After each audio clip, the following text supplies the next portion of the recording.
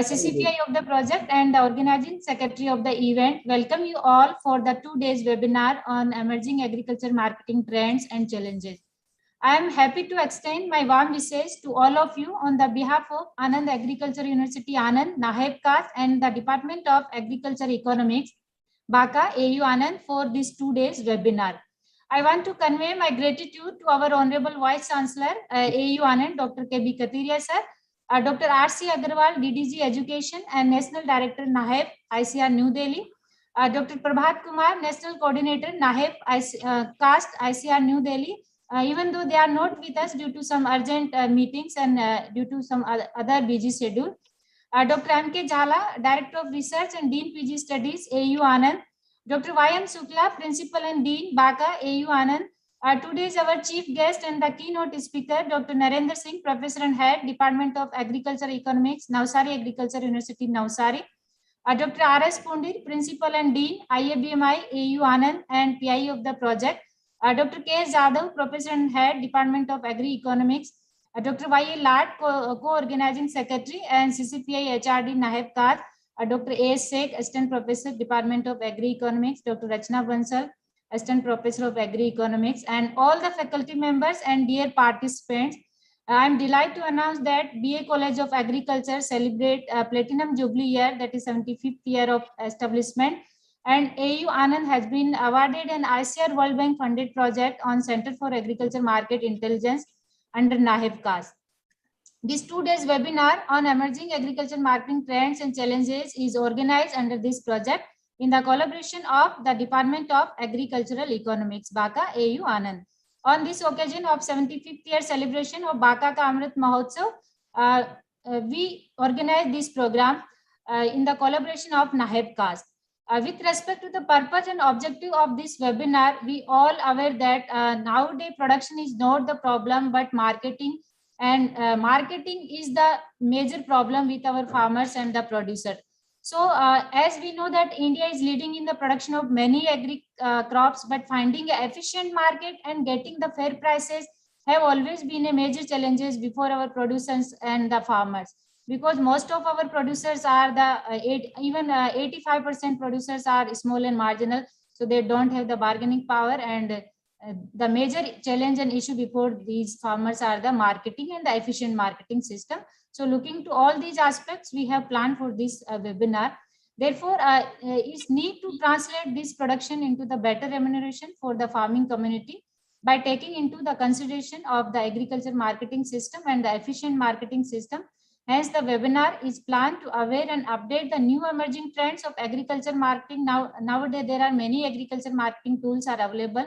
So the farmer should aware about these agri marketing trends, and all the stakeholders should aware.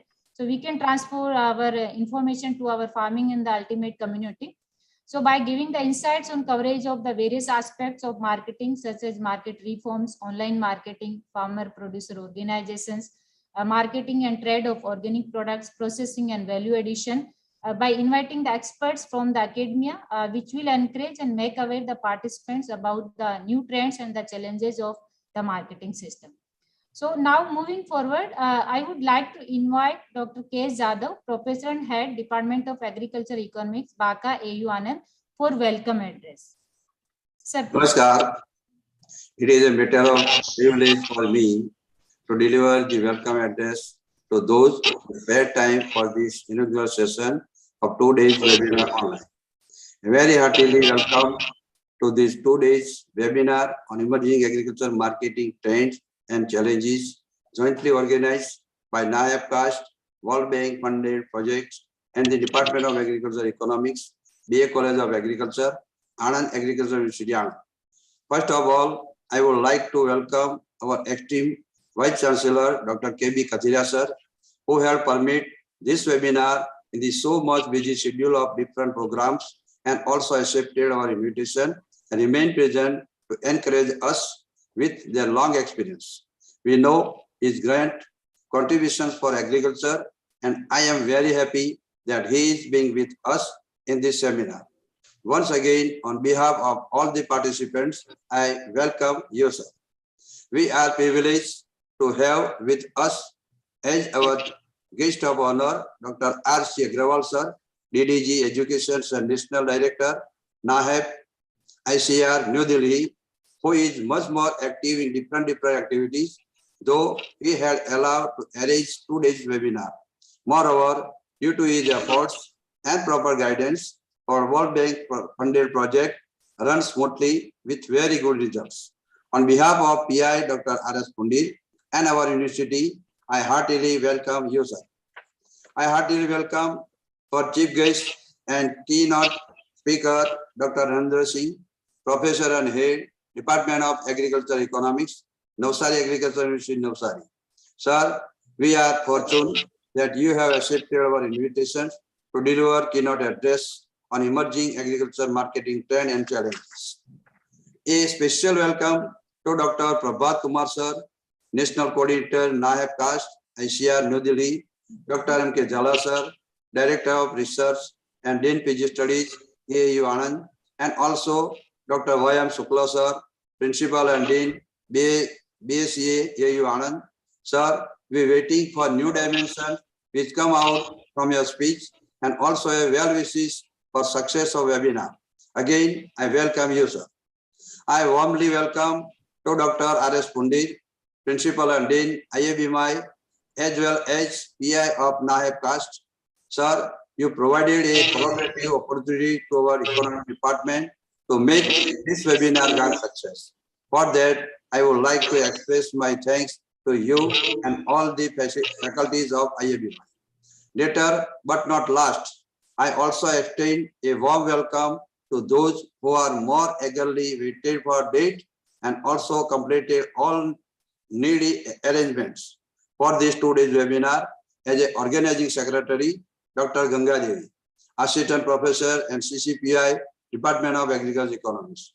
I also express heartily welcome to all the speakers, different faculties of the university who have spared time to attend this online inaugural function, and also to those who will ready to attending 2 days webinar.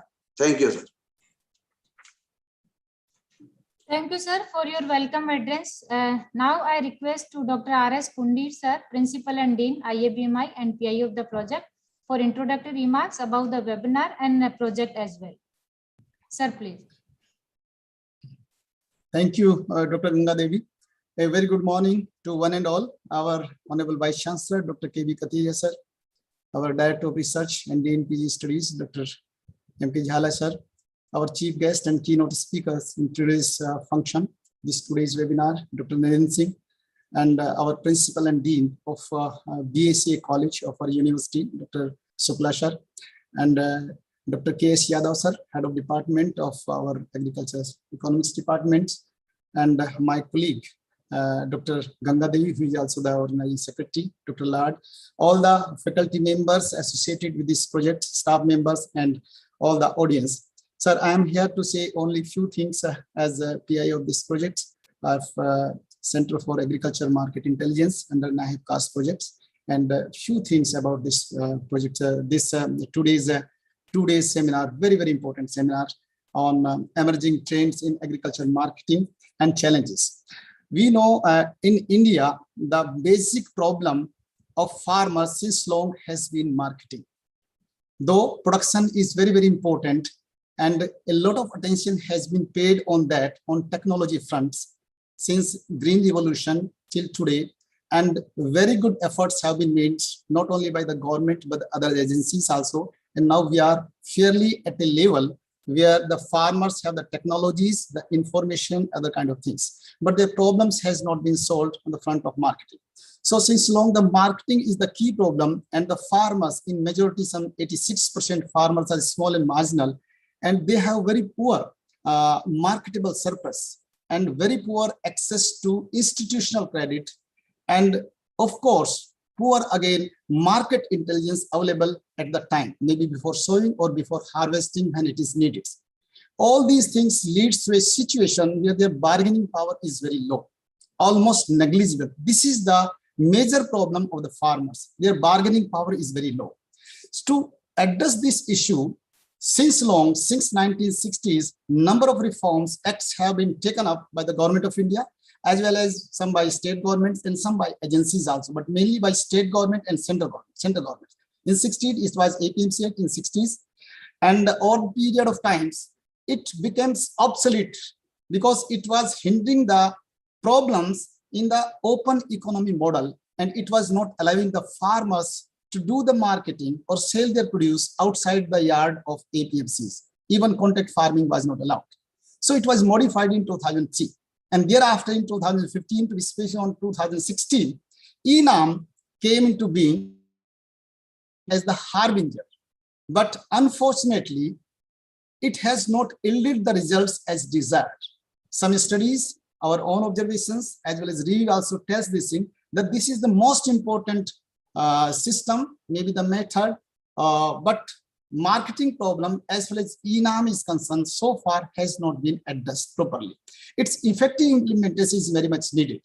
And thereafter, number of other things like Agriculture Produce and Livestock Marketing Acts came in 2017, and then this Contact Farming Act in 18. These few, just to name a few, these acts laws are very, very important to make the conducive environment, enabling environments, or overall efficient agriculture marketing system in the country. These are the efforts which have been made by the governments, but these are only few. And some other agencies, apart from governments, agencies also have made some efforts. But still, the problem of marketing has not been solved substantially. And now we are turning towards other things. These laws, whatever we have mentioned here, or maybe many more others, as well as some other agencies, are trying to enter into some new area. There are some important areas which we shall be discussing these 2 days are like direct marketing, digital marketing, cluster marketing, or contact farming, APOs, different form of APOs. These are some of the very, very important areas which have high potential to develop the potential of the farmer or to enhance their bargaining power and eventually help solving their marketing problem.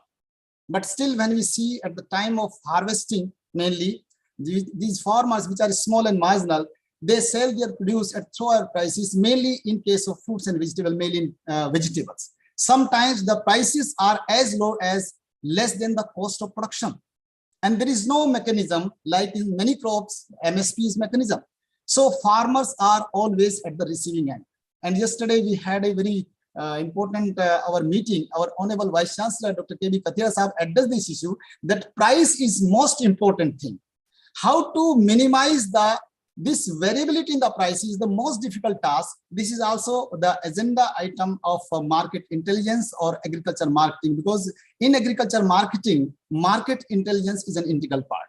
So definitely we agree with you, and it is also based on literature available. This is difficult task, but if these laws and other things, when we jointly do the work, and their effective implementation can definitely help in this direction, so that the farmers can reap the benefit in this changing economic environment, open economic environments, which is also characterized by liberalization, privatization, and globalizations. We are making efforts in this direction.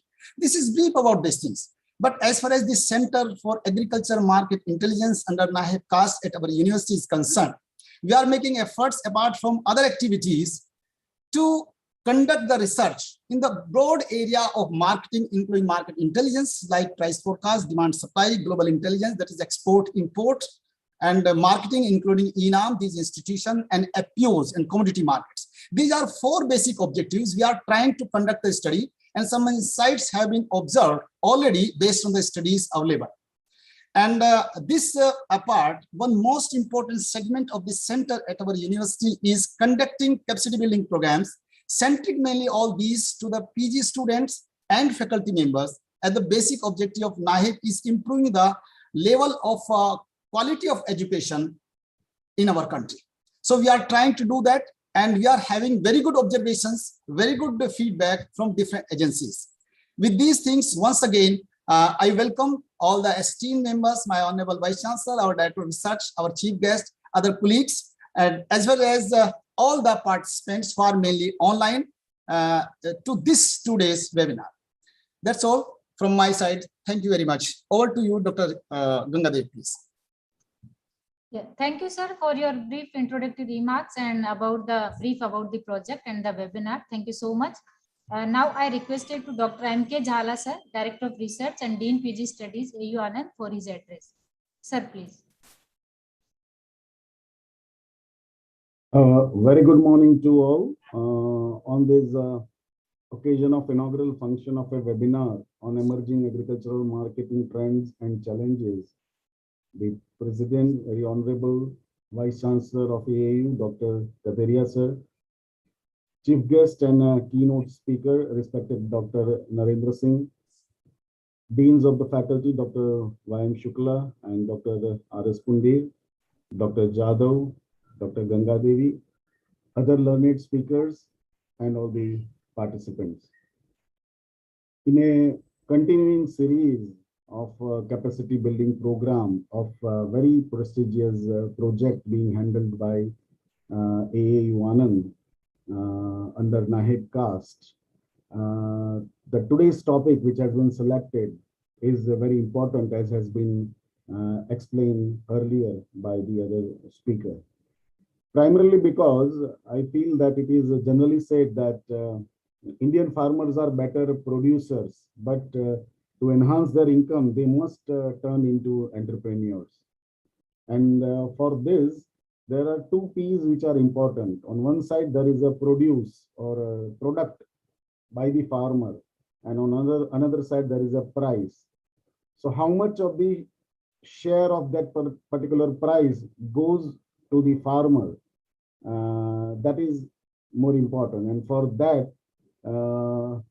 various marketing channels and marketing reforms have been thought even after the independence.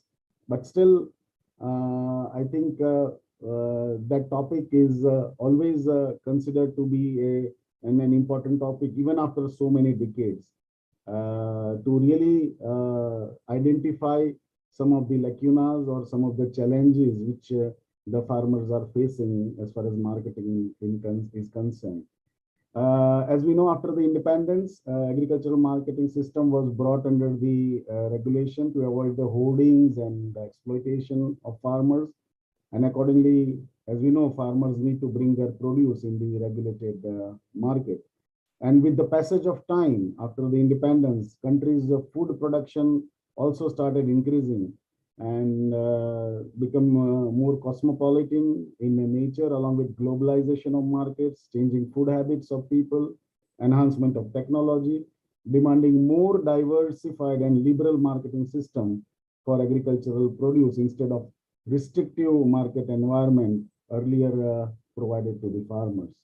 And for these various efficient and new emerging trend of marketing systems came into picture, such as e-norms, direct marketing, FPOs, commodity markets, private market yard, unified national market, where single trading license will operate for any farmer or a trader.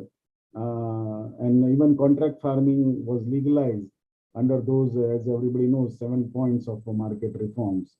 And these 7 points have significance in terms of major market reforms, more efficient and liberal marketing channels, as they provide freedom to the farmers to opt for any channel based on his convenience.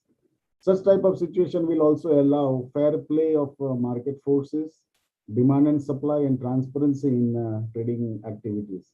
So in this line, even the promotion of grading, standardization, packaging, and even quality certification, as well as dissemination of market information of agricultural produce among the farmers is also an important aspect. So all these aspects have a huge potential to increase, as I mentioned earlier, producers' share in consumer rupee, as well as enhancement of farmers' income, leading to growth of agricultural sector and transform Indian agriculture into what we now term as Atmanirbhar Krishi. And as far as this project is concerned, NAHED CAST, under this project also, I'm happy to share as a director of research that we are having one study regarding FPOs in Western zone of India. Yesterday also we had a very detailed brainstorming discussion of all the projects under NAHED CAST, including this one.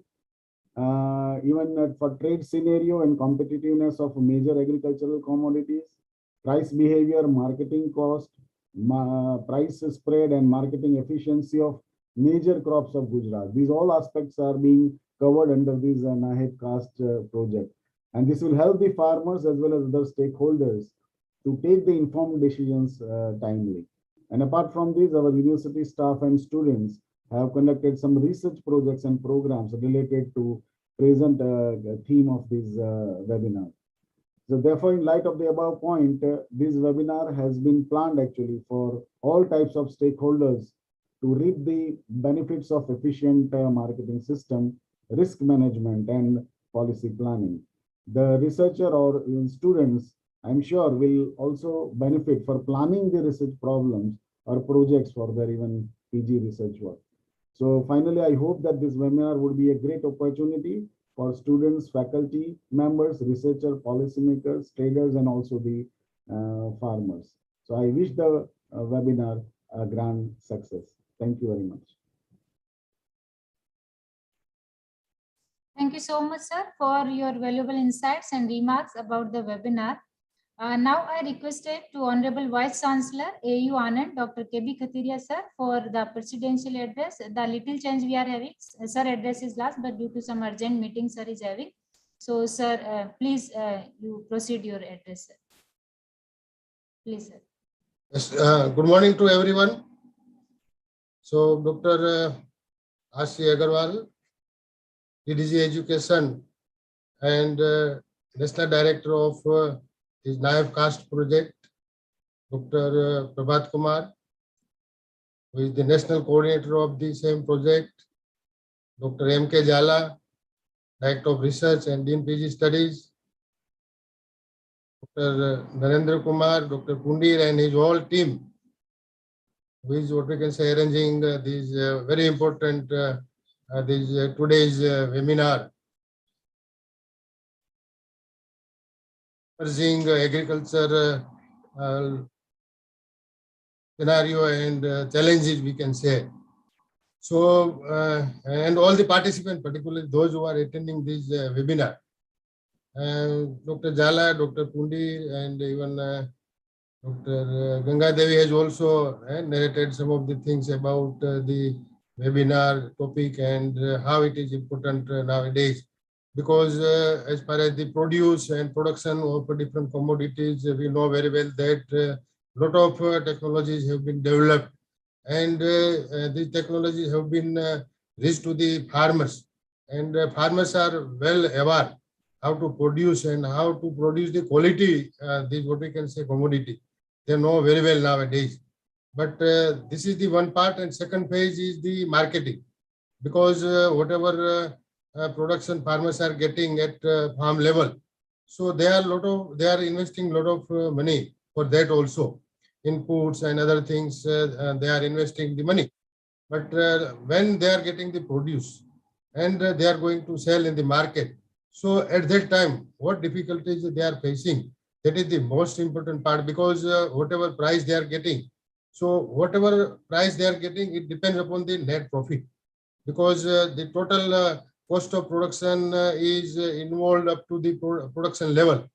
But the second part, when they will start for the marketing, at that time, if they can get a very good price, then whatever price differences they are getting, that is the net return, I can say. Suppose the lower price they are getting, and sometimes they are getting a very good price due to the market and other difficulty, then that the higher prices will give a very good remuneration to the farmers for their produce. So there are different aspects, different the problems farmers are facing that we know very well, because nowadays emerging scenario of the marketing, if we can talk agriculture produce particularly.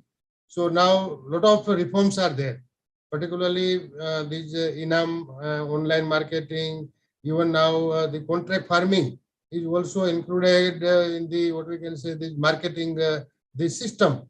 So the latest the things which is in the what we can say scenario is the FPO. So why this FPO is also important? So we know very well that, and looking to the what we can say problems of the farmers for the marketing, the FPO have been what we can say launched by our honorable Prime Minister, looking to the what we can say problems of the farmers for the marketing. So how this FPO will be linked with the marketing, that is also most important part, because as Dr. Pundit told that about 85% farmers are small and marginal. So we know very well that the small holding farmers, how much they will produce, very low quantity they are producing. So when they are going to sell their produce in the market, when it is very small quantity, at that time also they face a lot of difficulties.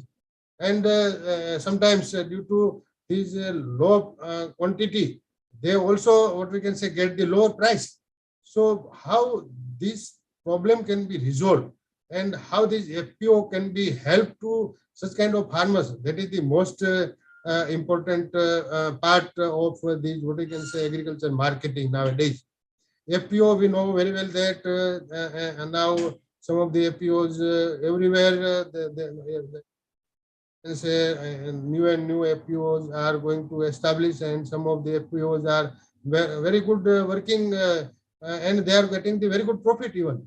So such kind of these well-known examples of FPOs are there. So according to such kind of the successful FPOs, how they can help to the another FPOs, those who are coming forward to establish their system under this FPO. So under FPO system, lot of benefits are there, but there are a lot of problems also, because suppose in one area, one commodity or one cluster base, some of the production produce is there, some of the important crops they are growing, and they are what we can say, they are cleaning, packing and marketing from the FPO through all these production which is coming from FPO, the members, even adjoining farmers, they can get the benefit of FPO.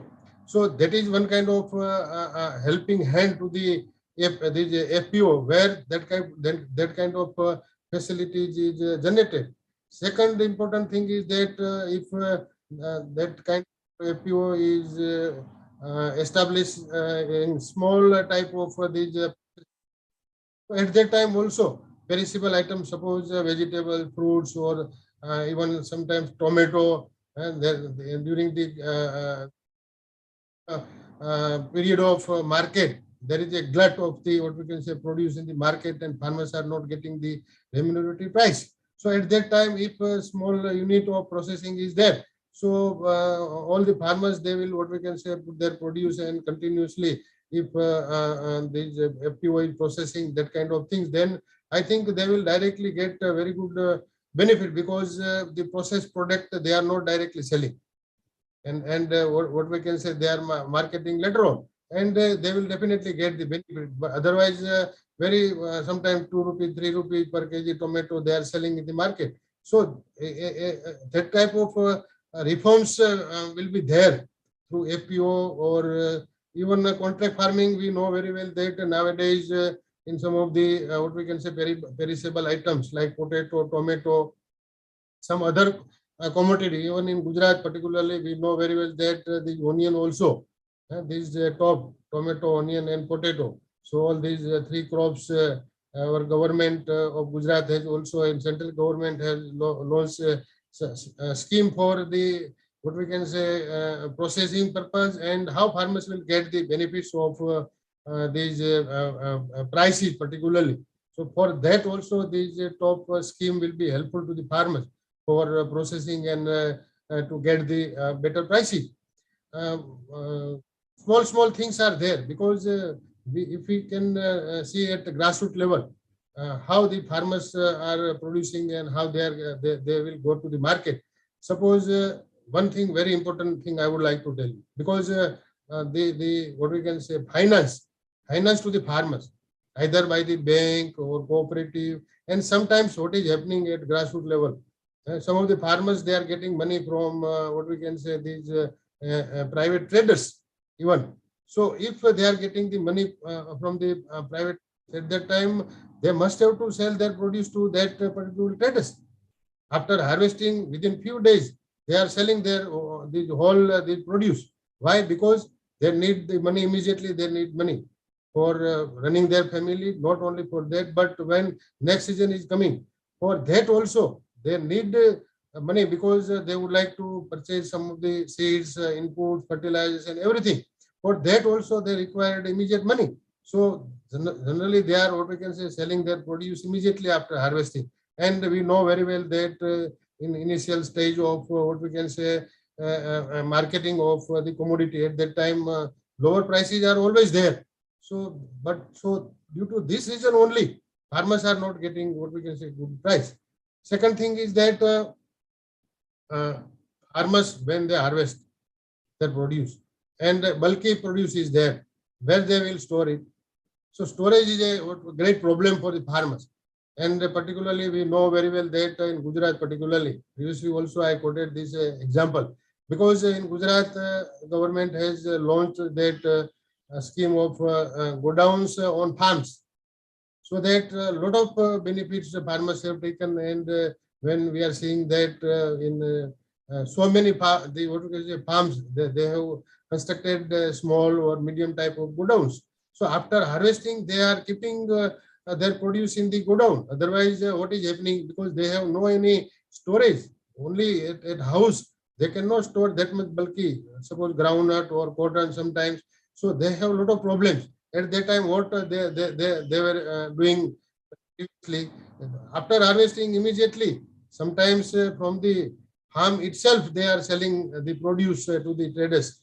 So that situation was there. But now the go down facility is generated so that they store their produce, and if they can get a very good price in the market, at that time they have, what we can say, scope to sell their produce anytime, because they have that kind of facility.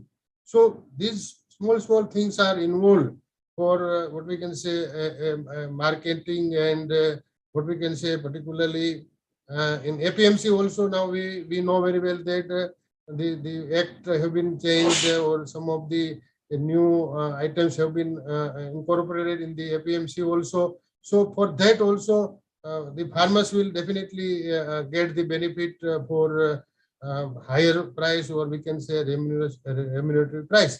So I think whatever this, I think very learned speakers are there for today's on different aspects they have covered. I have seen. So I wish that those who are participating in the seminar, students, even traders, or even researchers, all those who are participating, they will get the benefit. And particularly farmers and FPOs, those who are involved in the FPOs, if they are also join with this webinar, then definitely they will get the knowledge and how to go ahead with the FPO, and some of the knowledge they will gain, and whatever problems they are facing, definitely they will, what we can say, get some latest information by this webinar. So I wish that, and I congratulate that Dr. Pundi and Dr.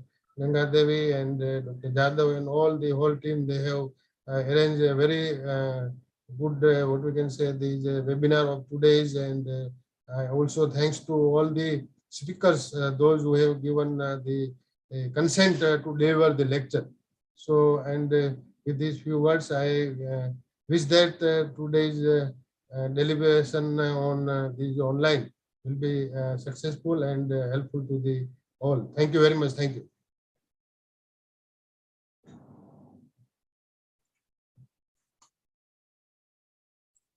Unmute कीजिए Ganga Devi, unmute. Okay, thanks a lot, sir, for your worthy, precious, and encouraging address. Sir, before you left, I just having one announcement. Sir, we got 1842 registrations for this webinar, including 602 PG students, 531 faculty members, and others UG as well as other traders and farmers, including 709. So that is the registration about this webinar, sir. Now I would like to invite Dr. Y.M. Shukla, sir, Principal and Dean, Baka AU Anand, for his address. Sir, please. Okay, very good morning to all dignitaries who are present on this webinar series. Our Honorable Vice Chancellor, Sir, Dr. K.V. Kathiria, Sir, Vice Chancellor of Anand Agricultural University, also Director of Research and Dean PG Studies, Dr. M.K. Jala, Convener, Dr. R.S. Kundir, and Dr. K.S. Jadhav, Organizing Secretary, Dr. Ganga Devi, and Dr. Lad, and our chief guest and keynote speaker, Dr. Narendra Singh, those who have joined from Navshari.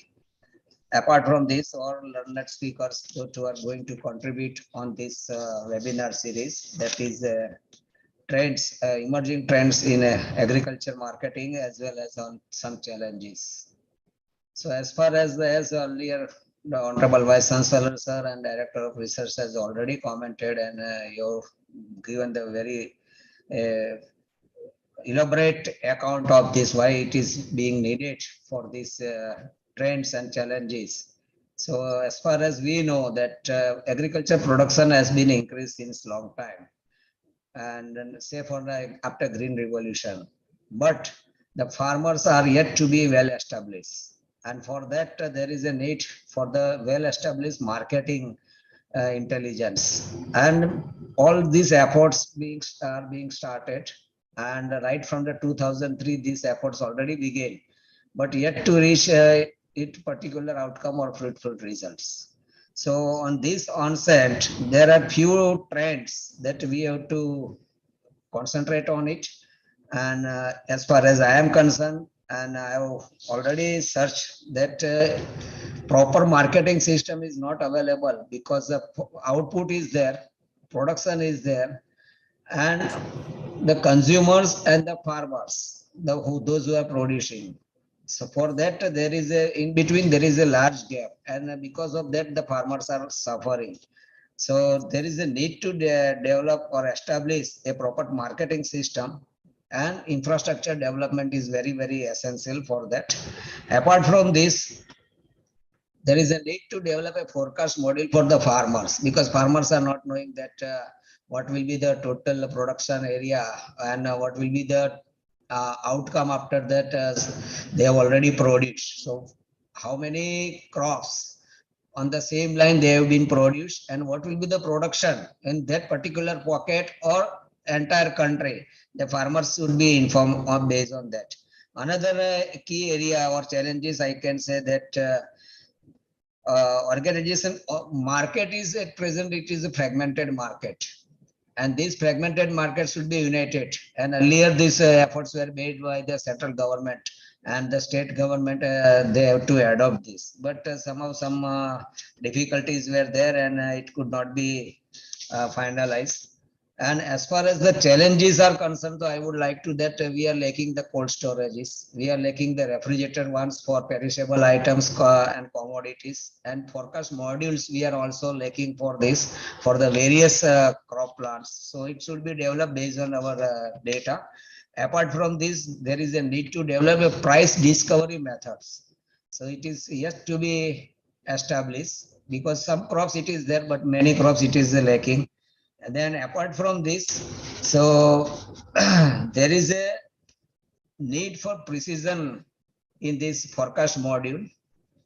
Certificate or certified produce should be there, and the branding of the product, they are being that those farmers are producing, then grading of the product, it is the challenges, so that farmers can earn more. So if this all these three, precision, certification, and the branding of or grading is being done, then the farmers will definitely will get more. And further, we are also lacking this value addition in this. So many perishable items should be go for value addition, and proper technology should be given to the farmer, so that we can have this more, farmers can have assurance for this, and so that farmers can earn more. And definitely this today's deliberation has addressed some of these topics, and they will cover, and all these learned speakers, they will address to these challenges as well as the trends. And I hope this webinar will be on a fruitful results for the farmers, benefits of the farmers. I wish a grand success for this webinar series. Thank you, all of you. Thanks a lot, sir, for your kind words and the deep insights about the webinar and your remarks. Now, moving forward, I would like to invite our today's chief guest and the keynote speaker, Dr. Narendra Singh, the professor and head Department of Agri-Economics, NAU Navsari, for his remarks. Sir, please.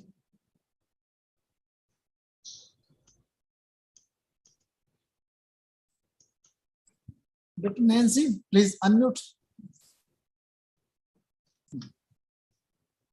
Singh sir, unmute कीजिए. Okay. Yes, sir. Yes. Honorable Vice Chancellor of Anand Agriculture University, Dr. K.B. Katiria Sahab, Dr. R.C. Agarwal ji, DDG ICR, Dr. Prabhat Kumar, National Coordinator Naib Caste Project, Prem K. Jhala, Director of Research, AU Anand, Dr. Y.M. Sukla, Principal and Dean, BA College of Agriculture, AU Anand, Dr. R.S. Kundir, Principal and Dean, IABMI and PI Naib Caste Project, AU Anand, and Dr. K.S. Jadhav, Professor and Head Department of Agriculture Economics, AAU Anand,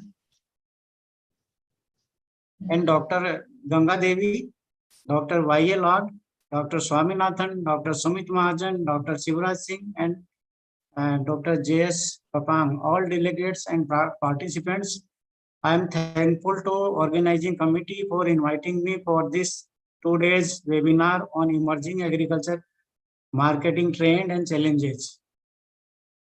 The importance of efficient marketing system as a vital link between the farmers and consumers was recognized way back in 1928 by the Royal Commission of Agriculture.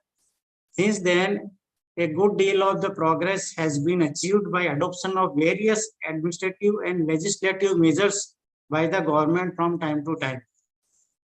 Current agriculture marketing system in India is the outcome of the several years of the government interventions. The system has undergone several changes over the last 70 years, owing to the increased marketed surplus, increase in the urbanization, increase in the income level, and consequent changes in the pattern of demand for the marketing services, increase in the linkages with the distant and overseas markets, and changes in the form of degree of government interventions. The actual buying and selling of the commodities mainly takes place in the market yards and their subyards and rural periodic markets throughout the country. While by the end of 1950s, there were only 236 regulated markets in the country. Nowadays, number is more than 6,600, and there are principal market comprising 2,339 principal market yards and sub-yards. There are 22,000 rural periodic markets for the Grameen Hats under the control of panchayats, councils, APMCs, etc. Several reforms have been done by the government mainly in 2003 and 2017 as a model act introduced by DMI and circulated to all the state and UTs. Majority of the states adopted the reforms partially or fully. In the present context, there is a need to reframe the reforms taken by the government for the benefit of the farming community. Thank you very much. Thank you, Ganga Devi. Yeah, thank you, sir. Thanks a lot, sir, for your in-depth and the precise address.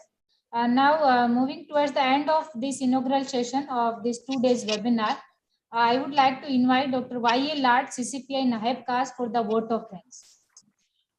Thank you, madam, for your invitation. First of all, I would like to thank all the participants. Before starting the vote of thanks in inauguration, I heartily thankful to our patron, Dr. K.B. Katiria Sahab, Honorable Vice Chancellor, Anand Agriculture University, and Dr. R.C. Agarwal, DDG Education, Naib Caste, New Delhi, for their valuable support. I would also like to thank our chief guest and keynote speaker, Dr. Narendra Singh ji, professor Professor and Head, Department of Agriculture Economics, Navsari Agriculture Institute, for accepting our invitation. And sir, your point which you have raised, I think that is more concerned to the agriculture marketing systems, which are going to be in the future. And I would also like to thank our advisor, Dr. Prabhat Kumar Saab, National Coordinator, Nahib Kas, ICR New Delhi, our Dr. M.K. Jhala Saab, Director of Research and Dean PG Studies, AU Anand, and Dr. Y.M. Shukla Saab, Principal and Dean BA College of Agriculture, for the continuous support for the organizing event. Even this event we are organizing jointly with the BA College for the celebration of 75 years of Amrut Mahotsav. Maybe this event will be, you can say, one more petals to the event celebrations. I would also like to thank our convener, Dr. R.S. Pundri Saab, Principal and in IAPM and PI Nahib Kas Project, AU Anand, and Dr. K.S. Jadhav, Professor and Head, Department of Agriculture Economics, BACA, AU Anand, for their never-ending support. We can say both the department work together, and right now you can see the number of participants which are right now present and registered on the online webinar. Thank you so much. I would also like to thank the organizing secretary, Dr. Ganga Devi, Assistant Professor CPI, Department of Agriculture Economics, BA College of Agriculture, Anand, for his selecting a right speaker for the right speech. That is the key for the any event. Thank you, ma'am, for such an arrangement. I would also like to thank the our RA and SRF put their efforts for the making this event, you can say, in a good and systematic way. I think we can having a 2 days very precious discussion with the eminent speaker. That will be, you can say, for a PG student, it will be helpful for the research. Thank you so much.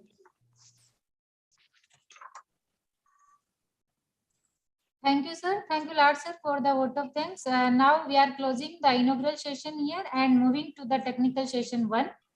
So for technical session 1, our keynote speaker is Dr. Narendra Singh, the Professor and Head, Department of Agriculture Economics, NAU Navsari.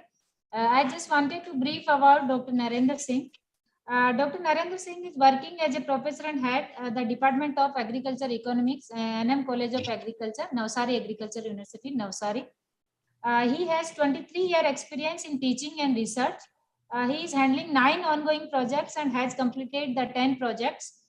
He has wide experience of conducting research on agriculture marketing at state and the national level.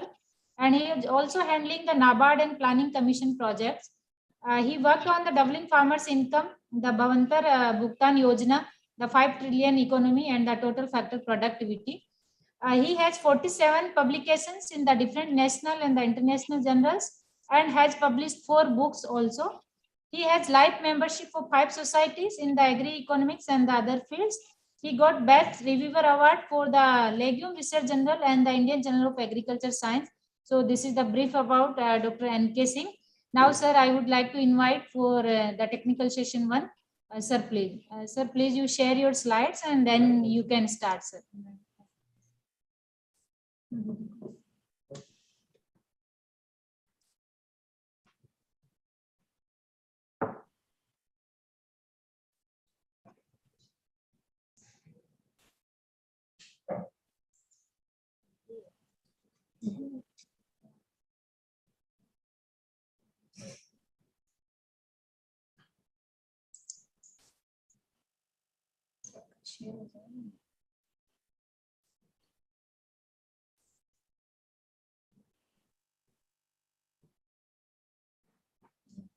Yes, sir. Now this is visible.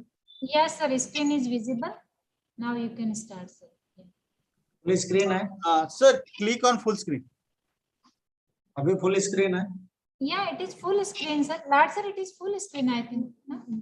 Presentation mode, it is. Okay, sir, you can do the full screen, F5. You can do the F5, sir. So it will take the full screen.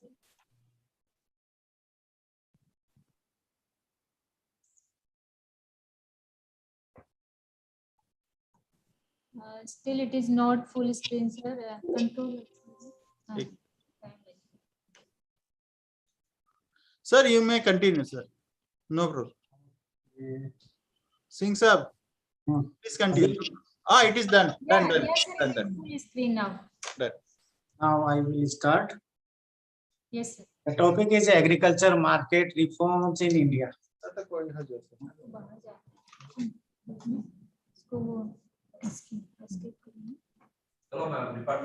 हाँ sir एक So this is the content of the speech. Indian agriculture overview. There are some strength and weakness of the agriculture marketing system in India. Need for the reforms, agriculture marketing status and challenges, and government interventions in agriculture markets, agriculture market reforms, and policy implications. So Indian agriculture, there is a brief overview of the Indian agriculture. So agriculture is the backbone of the Indian economy. It contributes 17 to 18% of the GDP and employs 50% of the workforce in India, contributes 17.5% of the exports. Annual production of the food grains is 310 million tons, fruits 102.76 million tons, vegetables 196.87 million tons in 2020-21. India is the largest producer of the milk, livestock, sugar, tea, and cauliflower, and second largest producer of the rice, wheat, maize, fruits, vegetables, and tobacco production. And sixth largest production in the global rank, sixth rank in the global rank, 2.4% of the production. So this is the brief outline of the Indian agriculture. Now we come to the agriculture marketing in India. There is some background of the marketing. In 1950s, there were only 236 regulated market in India. But now today, this number is close to 6,600. Previously, it is 7,500, but some of the state repealed the APMC Act. So this number reduced. There also exists 22,000 plus rural periodic markets. So before attaining the independence, policy focused on the keeping the prices of the consumer and industry low. The post-independence augmenting the production required incentive to the farmers through the remunerative prices in the fair and transparent manner. Low price realization, high cost of the marketing, and considerable post-harvest losses necessitates the development of the regulated markets, that is wholesale markets, APMCs. This is the necessity why the regulated markets developed. In 1928, Royal Commission of Agriculture recommended the establishment of the regulated markets prior to the independence. For each market area, Agriculture Produce Market Committee means APMC was constituted to frame and enforce the rules which will apply to the APMC yard, and marketing and trade will be done through the framed rules and laws. The objective behind the setting up of the regulated market was to ensure a fair and transparent environment to the agricultural trade and commerce. So this is the brief background of the agricultural marketing. So there is a historical interventions in the agriculture marketing by the government of India. In 1897, Berar Cotton and Grain Market Act first introduced in India for the independence. Then there is a several act enacted in India to increase the efficiency of the agriculture marketing system. So Indian Sale of the Goods Act, Agriculture Produce Act, Rice Milling Industry Act, Rubber Board Act, Vegetable Oil Product Act. In 1950, Zamindari Abolition Act. There are several acts framed by the government of India time to time for the efficient agriculture marketing system. So these are the different acts framed by the government. 1965 National Dairy Development Board Act passed for the dairy industry. In 1965, Agriculture Price Commission renamed CACP, framed for the remunerative prices to the farmers. And there is some important, in 2003, the Model Agriculture Produce Market Development and Regulation Act passed for the reframe of the old APMC Act. Then after, in 2004, there are some amendments in the Act taken by the government. Then in 2006, Food Safety and Standard Act framed. In 2007, National Policy Farmers NAF Act framed. Warehousing Development Act framed in 2007. 2013, National Food Security Act passed. In 2014, Scheme for the Commercial Horticulture Development subsumed into Mission for the Integrated Development for the Horticulture. In 2016, ENAM launched by the Government of India 100% FDI in the marketing of food products produced and manufactured in India. And in 2017, for the doubling of the farmers, Government of India takes new Model APMC Act, which is known as Model Agriculture Produce and Livestock Marketing Promotion and Facilitation Act. Livestock also add in this act for the efficient marketing of the agriculture produce as well as the livestock produce. So this is the present status of agriculture marketing in India. The agriculture sector has experienced buoyant growth in the past 2 decades. The sector, which is the largest employer of the workforce, accounted sizable amount of 18.8% of the GAV, means the gross value added of the registered as a growth of the 3.6% in 2020-21, which is increased to 3.9% in 2020-21. Both in the allied sector indicating livestock, dairying, fisheries has to be the major drivers of the overall growth in the sector. Presently, the markets in the agriculture products are regulated under the APMC Act, which is known as Agriculture Produce Market Committee Act, enacted by the state government. As you all know that the APMC is the state subject, or the agriculture marketing is the state subject. PMI only frame the act and circulate to the state governments. During the 1960s and 70s, most of the state enacted the Enforce Agriculture Produce Market Regulation APMR Act. All the primary wholesale assembling markets were brought under the ambit of these acts. So this is the situation in the agriculture markets in India. In India, total talukas are 5,650. Total number of regulated market is 6,600. Number of principal market yard is 2,477. And number of sub-market yards are 4,843. Number of rural periodic market is 22,505.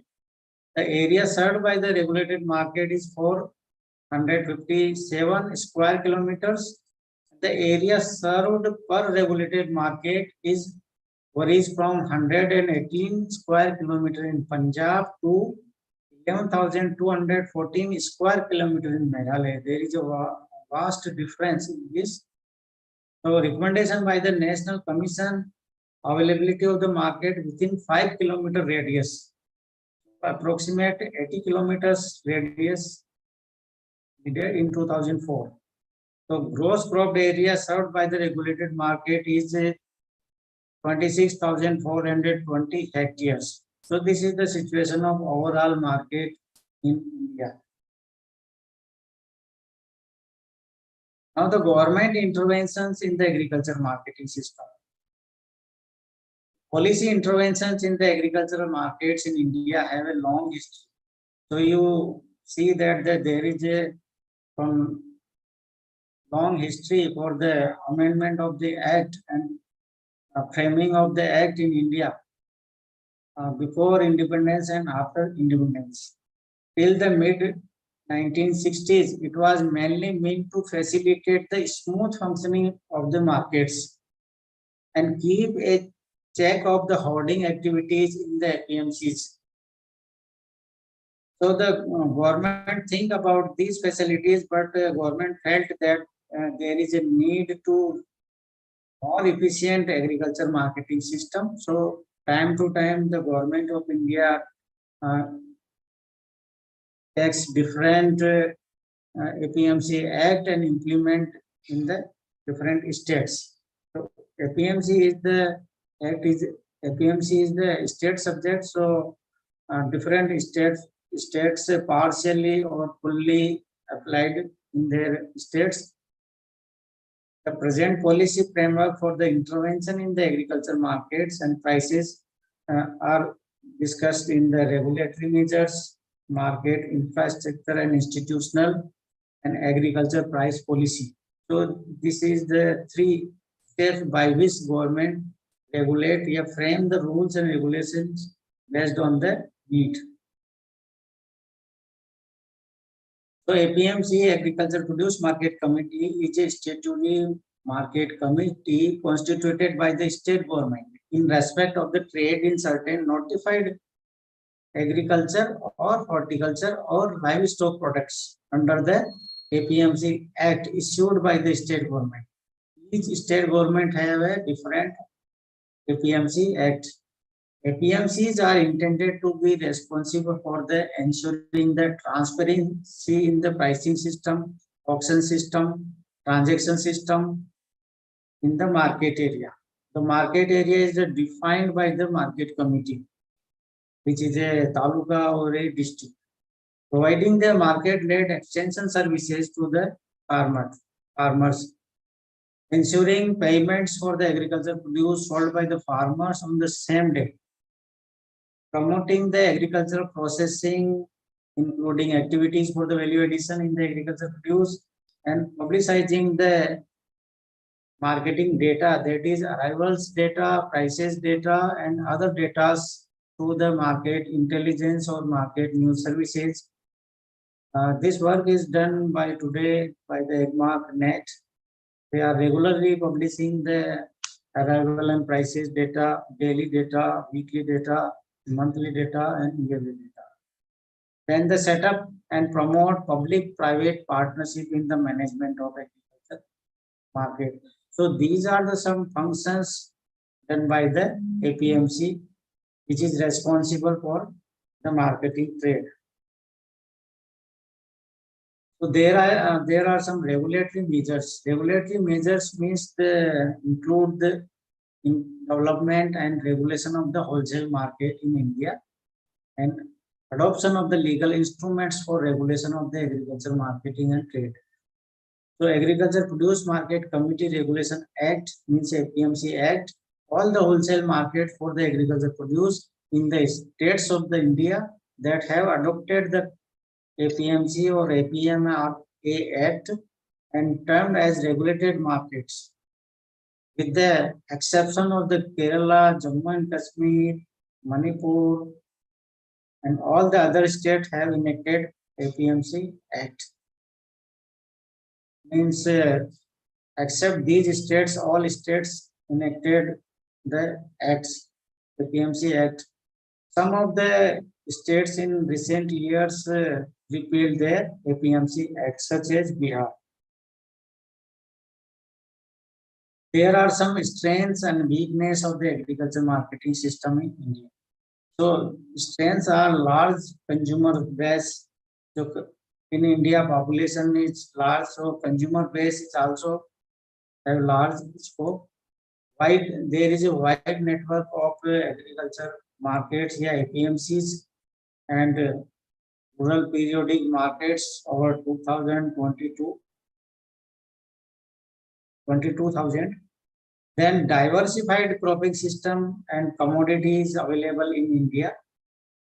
Rise in the household income is also strength of the agriculture marketing system. Enhance the demand for the high value foods and FMCG's products. There are some weakness of our APMC system, the agriculture marketing system. There is a high post harvest losses or wastage, and also the transportation cost is high. Density of the market is vary from the state to state. This is also a weakness. And there is a multiple intermediaries, 5 to 6 in number in the supply chain, which reduce the farmers' income or producer share in consumers' income.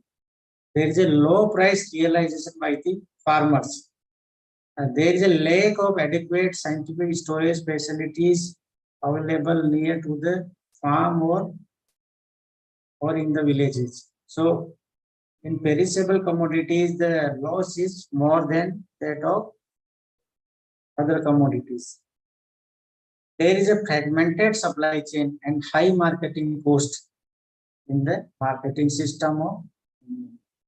There is no alternative and competitive choices to the farmers, resulting in the monopolistic approach by the APMCs. Every farmer has to reach APMCs to sell their produce. Although there is some alternative channels available, but the handling of the produce is low as compared to APMCs. So this is the conflict of the interest in agriculture marketing, because everybody wants their share high, and the traders and retailers want low purchase price and high margins. Manufacturers want low purchase price and high margin or high quality. Farmers want maximum price with higher productions. Consumer wants good quality of the produce with freshness, and call for the efficient market information and sound-led extension to enhance the farm income and quality products to the consumers at a reasonable price. This is the main motto of the agriculture marketing. So we are talking about some challenges which is faced by the agriculture marketing system in India, because there is a limited access of the agricultural produce markets, because you see that the Punjab has 118 square kilometer per market, and Meghalaya has 11,000 square kilometer per market. So there is a wide difference in state to state. So farmer access to the agriculture produce market is less. Government needs more markets nearer to farm villages. So licensing barrier is there in the APMC. So getting the license for the multiple license is difficult, and lack of market infrastructure in the agriculture markets. So there is a lack of grading, packing facilities, storage facilities. These facilities are lacking in the APMCs. And there is a high incidence of the market charges. There is a multiple charges in fruits and vegetables, high wastage in the supply chain. Supply chain post-harvest losses are also high, and in transportation loss is also high. So the gestation period of the infrastructure projects and seasonality of the agriculture produce is more. Lack of the national integrated market. There is a need of one nation, one market, and less farmers price realization. If farmers price realization is more, they will more interested in farming. Large number of the marketing channels with a long supply chain. There is a large number of supply chains. When intermediaries increases, the number increases, the producer share in consumers' rupees is also decreases. There is a high marketing cost affects small and marginal farmers, especially because their produce is small in the quantity. So there is a need to face these challenges and frame the APMC Act to utilize these challenges, and the efficiency of the market is increased. So why the need for the market reforms? because the markets are fragmented. Each market functioned as a separate entity, hampering the inter and interstate trades. So there is a fragment markets in India. There is insufficient markets. At the same time, there were not enough markets to deal with the growing of the produce. So number of the APMCs are less. Market fees and charges, taxes, various commissions raise the cost of the final products. There is a various or multiple tax imposed while reducing the return to the farmers. More number of the taxes, less the return to the farmers.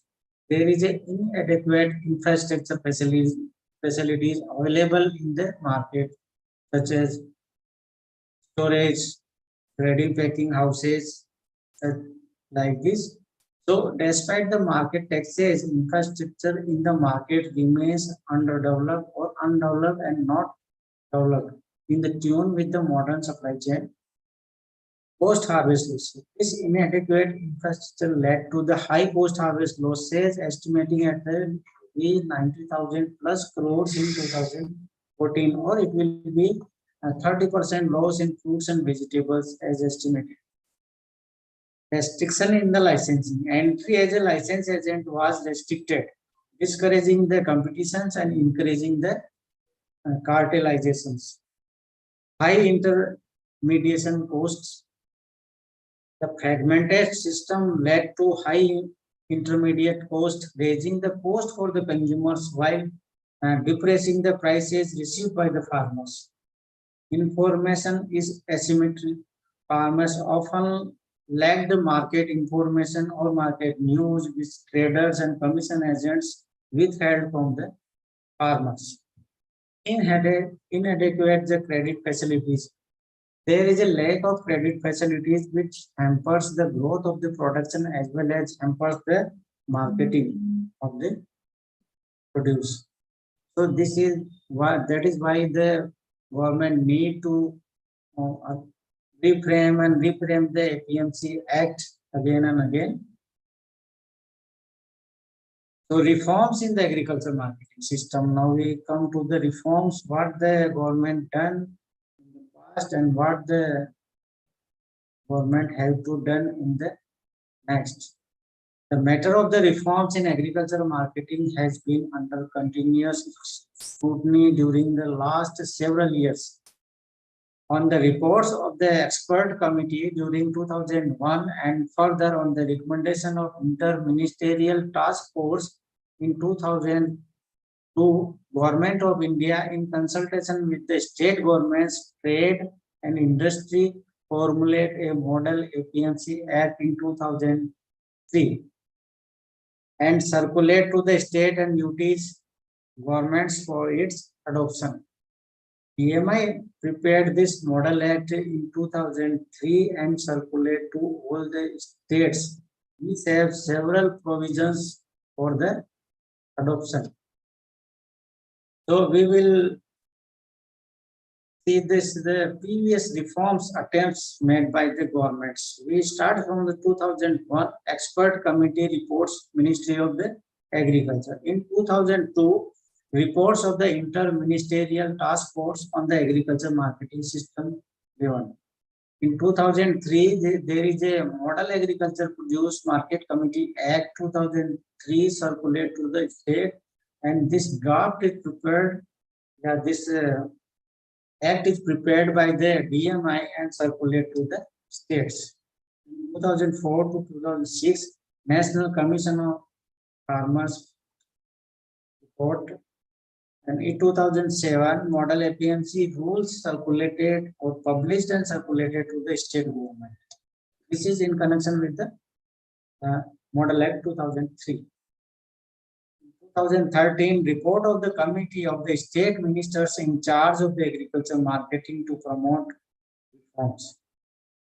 In 2015, NAM launches in 2016 e-market, e-NAM launch, and the Niti Aayog Task Force on Agriculture Development.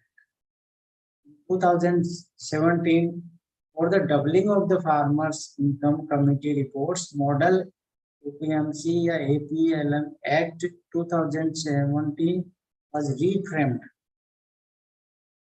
In 2018 Model Contract Act 2018 operational guidelines for the GRAMS.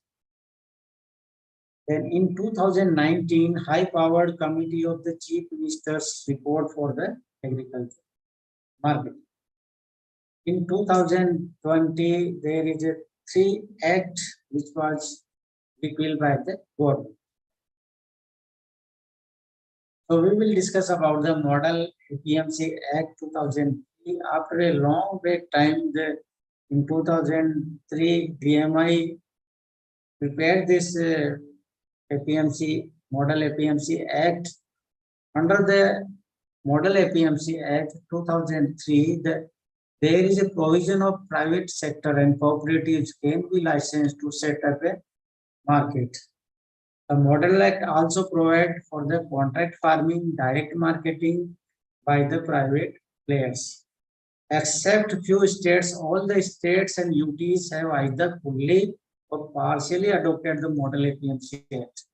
As a result of the Model Act, the promotion of the private trades and contract farming had increased manifold in some parts of the country.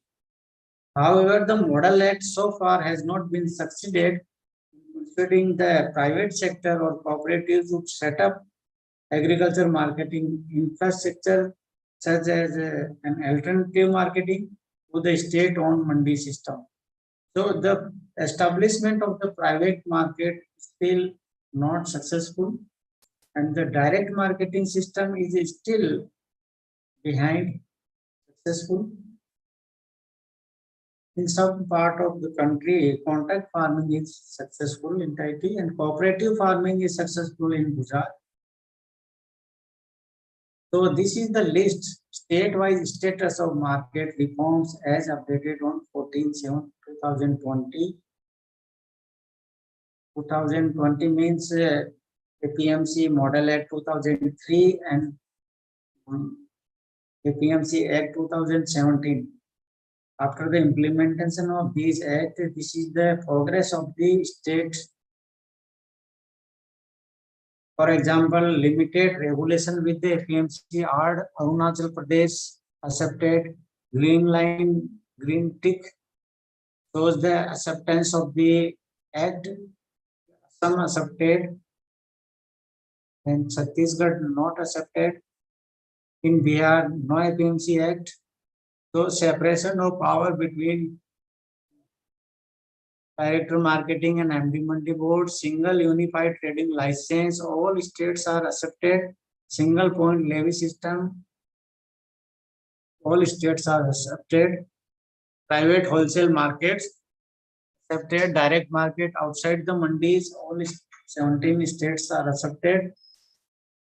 Declaring warehouse silos and cold storage as a deemed market. All states are accepted except the Madhya Pradesh and the Maharashtra and Mizoram. E-trading are also accepted except the Jharkhand. Deregulation of the markets of the fruits and vegetables accepted by all except Haryana and Mizoram. So this is the list of the important states which have implemented fully the APMC Act 2017. So there are some initiatives taken by the government for growing the marketing efficiency. So first is the establishment of the private market, then establishment of modern terminal market, provision of the direct marketing, provision of the contract farming and APMC Act. So we come to the private market. The concept of the private mandis is far from the long being realized. So following is the enactment of the Model Agriculture Act. The Gujarat government in 2008 had issued license to 3 companies. This is the example. This include the Delhi-based Premium Farm Fresh Limited and Gujarat Agro Industries Corporation Limited.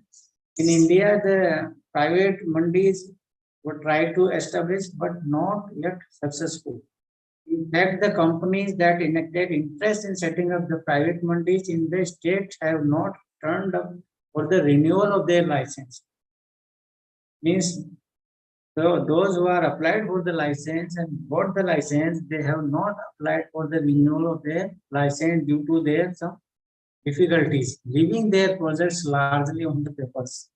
The license were for the period of the 2 years. None of the players renewed their license, and no significant progress has been made on the private wholesale markets. So this is the state-wise progress of the private markets. The Maharashtra, the top of the side, number of private market license issued is 43. In Gujarat, Gujarat position is second. License issued is 27. In Rajasthan, license issued 9. Karnataka, license issued 3. So these are the situation of the private market license in India. So we come to the modern terminal markets, MTM, which is the government of India tried to establish fruits and vegetable modern terminal markets in all over the India, but this is also not a successful.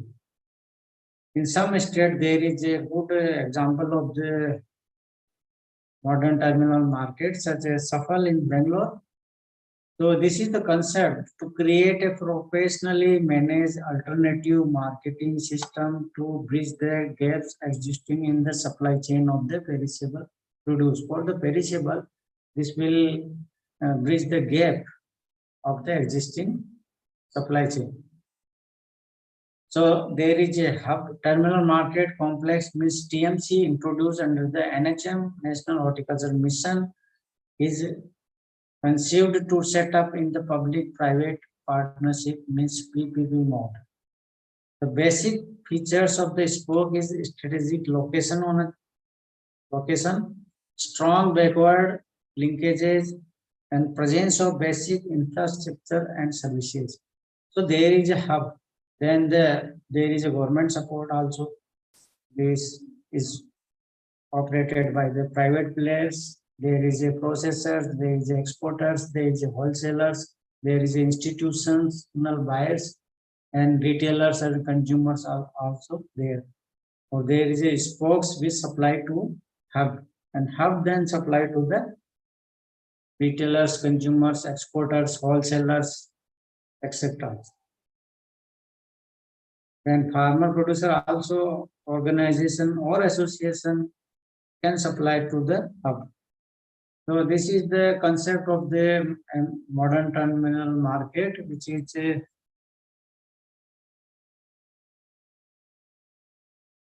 now we come to the direct marketing. As you know, the direct marketing means the farmers sell their commodity or produce directly to the consumer. So in this channel, there is a more share compared to the other marketing channels. So farmers is being encouraged as an innovative channel, such as Apni Mandi, Hadaspur Market, Raitu Bazar in Andhra Pradesh, Satkari Bazar in Maharashtra, Krasak Bazar have been established by the state governments and are managed by the APMCs. Mostly adopted in the sales transaction of the fruits, vegetables, flowers, which are highly perishable in nature. This channel, the produce move quickly from farmer to consumer due to lack of the middleman. If farmers directly sell their produce to the consumers, it will not only save losses but may also increase the farmer's share in the consumer's price. The farmers-led market also helps farmers to understand the consumers' need and diversify their crops. Direct marketing helps to reduce the transportation cost in a significant manner and improve the price realization for the farmers. This is the good efforts made by the state governments, and APMCs have control on the direct marketing channels. So this is the state-wise license issued for the direct market. Madhya Pradesh have 1 license, Andhra Pradesh have 2 license, Gujarat have 3 license, Rajasthan have 3 license, Telangana have 3 license, JNK have 3 license, Punjab have 11 license, Himachal Pradesh have 12 license, Karnataka have 37 license, and Maharashtra have 219 license. Maharashtra have maximum license for the direct marketing channel. There are some models of the direct marketing. There are many successful direct marketing interventions in India, agri-marketing landscape. These ranges from the eliminating the intermediaries altogether like Raito Bazar to reduce the number of intermediaries like the Raito Bazar farmers market known as Raito Bazar in Telangana and Andhra Pradesh. They are working in the Telangana and Andhra Pradesh. This enables a small and marginal farmer to sell their fresh fruits and vegetables, mostly vegetables, to the urban consumers. Farmers received 15 to 40% more and consumers pay less 25 to 30%. As per the Planning Commission. So this is the beneficial to the farmers getting more income and also beneficial to the consumers getting fresh vegetables with less prices. The e-Chopal is also an example. The e-Chopal initiated the launch in June 2000 by the ITC. Is the largest private sector initiative among all the internet-based interventions in rural India, covering over 40 lakh farmers. 40 lakh farmers, large range of the crops spread over the 35 villages across 350 villages across the 10 states. ITC has rolled out e-Chopal 4 as a new platform that delivers the information on the crop monitoring, crop advisory, electronic marketplace for the farm inputs, helps in the remote sensing for addressing crop stress with the help of the startups, plus rapid quality testings. These are provided by the ITC e-Chopal. There is a Abhinav Farmers Club. Abhinav Farmers Club is a cooperative of about 850 farmers in the Pune districts of the Maharashtra. They have adopted frontier technology and directly connected with the markets, especially big retailers, e-retailers, hotels. They produce flowers, Indian and exotic vegetable, fruits, milk, and dairy products.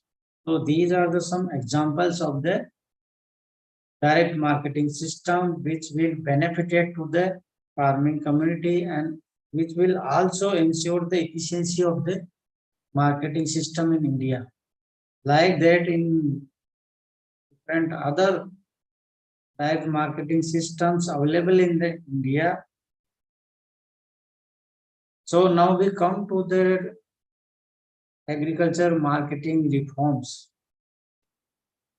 In 2003, there is a APMC Act which will increase the efficiency by establishing the private market yards, direct marketing systems, unified licensing systems, and many other provisions made by the Model APMC Act 2003. Now for the in 2017, doubling farmer concept comes and the government think about the reform the Model APMC Act. So the government of India again reformed the Model APMC Act,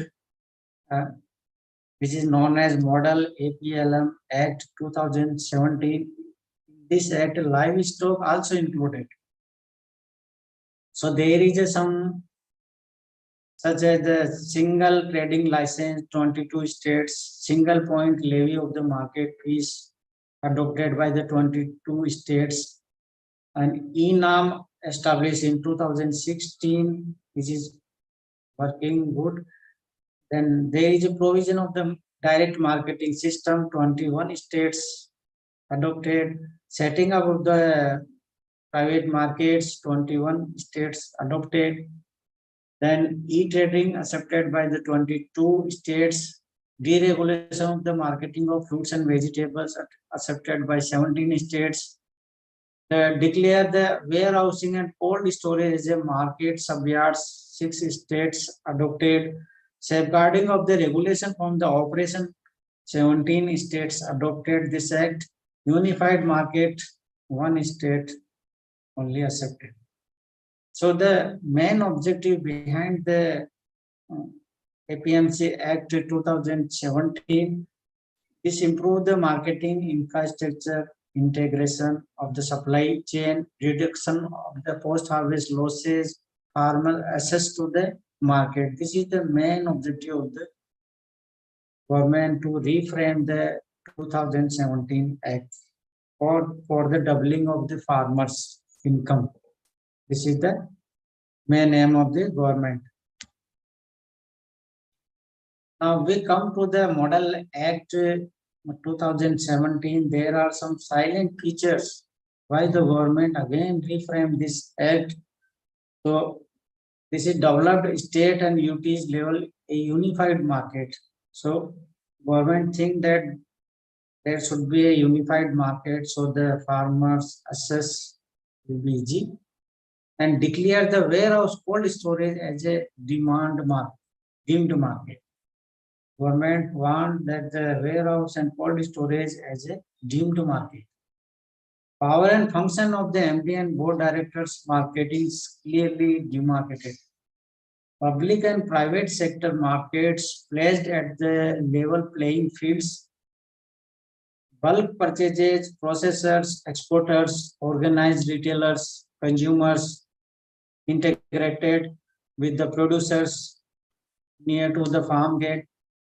Promotion of specialized markets and also MNIs. Specialized market means there is a fruit market, vegetable market, tomato market, potato market, like this. So market fees and market charges rationalized. So this act provides the provision for the realization of the fees of the mandi fees or other marketing charges. There is a provision for the deregulation of fruits and vegetable markets. Many states adopted this deregulation of the fruits and vegetable markets. Due to this, the farmers will get more access to the market and get remunerative prices. There is a provision of the unified single trading license and single point levy of the market fees provided. If there is a single point levy system, then the complexity of the licensing system will reduce and the single point levy system will provide better marketing system. Trading through the competitive e-platforms. So ENAM established for the better marketing system and better price realization of the farmers. So we discuss in the next slide for the ENAM. Recognition of the unified license for the interstate trade. There is also a provision of the unified license for the interstate trade. So these are the silent features of the model APMC Act 2017, which has a majority of the states adopted and some of the states repealed their act. This is the status of the adoption of the APMC Act 2017. Arunachal Pradesh have adopted the entirely. Uttar Pradesh, Punjab, Chhattisgarh have adopted all major provisions. Punjab has adopted partially. All other states, UTs are requested for the earlier adoptions. ENAM reform the state and UTs.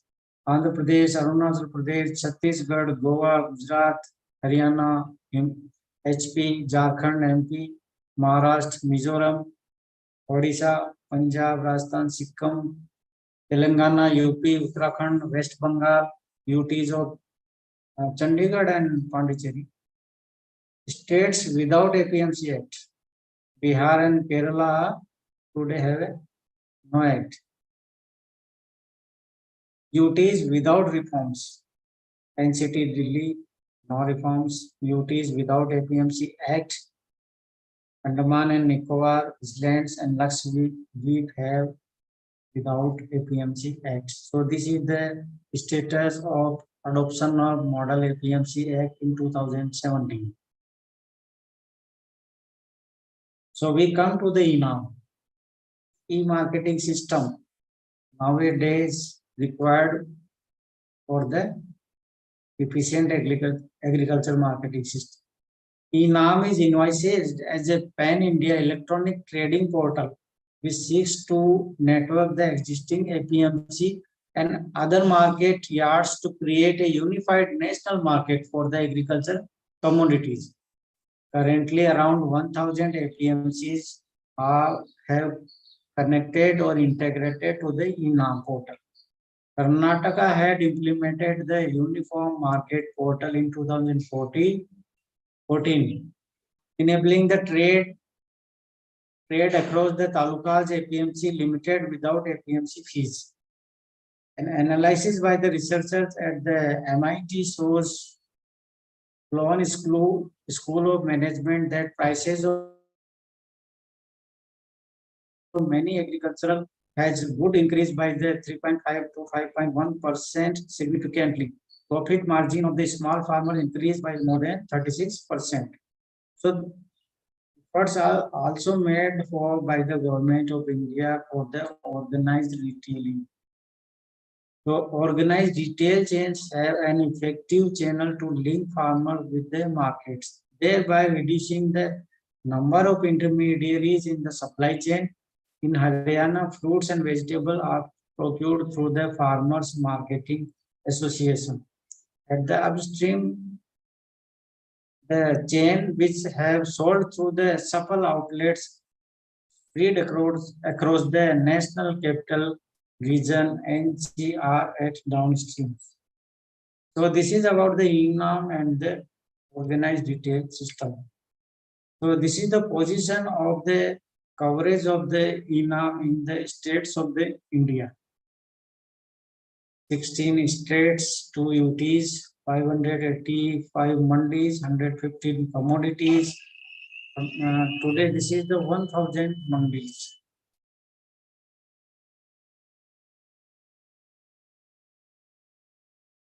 Government also established FPOs, which will increase the marketing efficiency.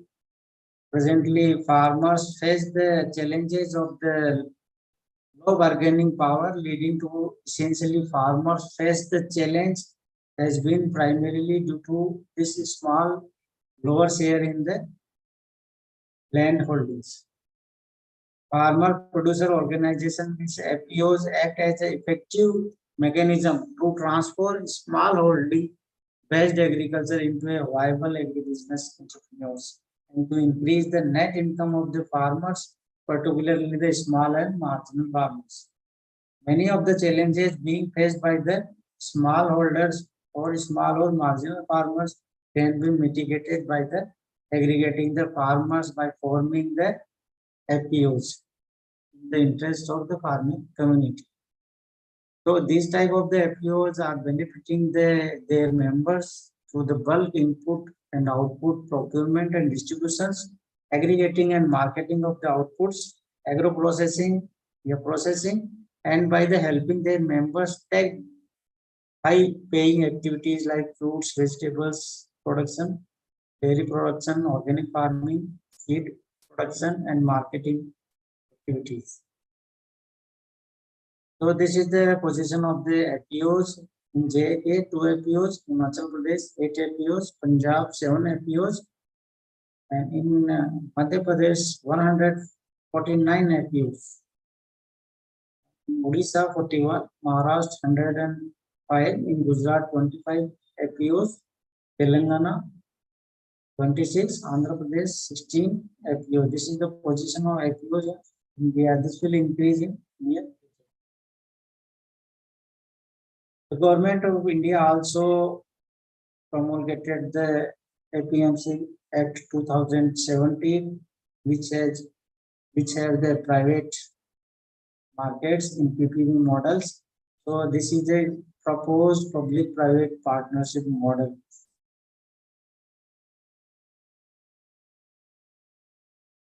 So we come to the market information system and market intelligence.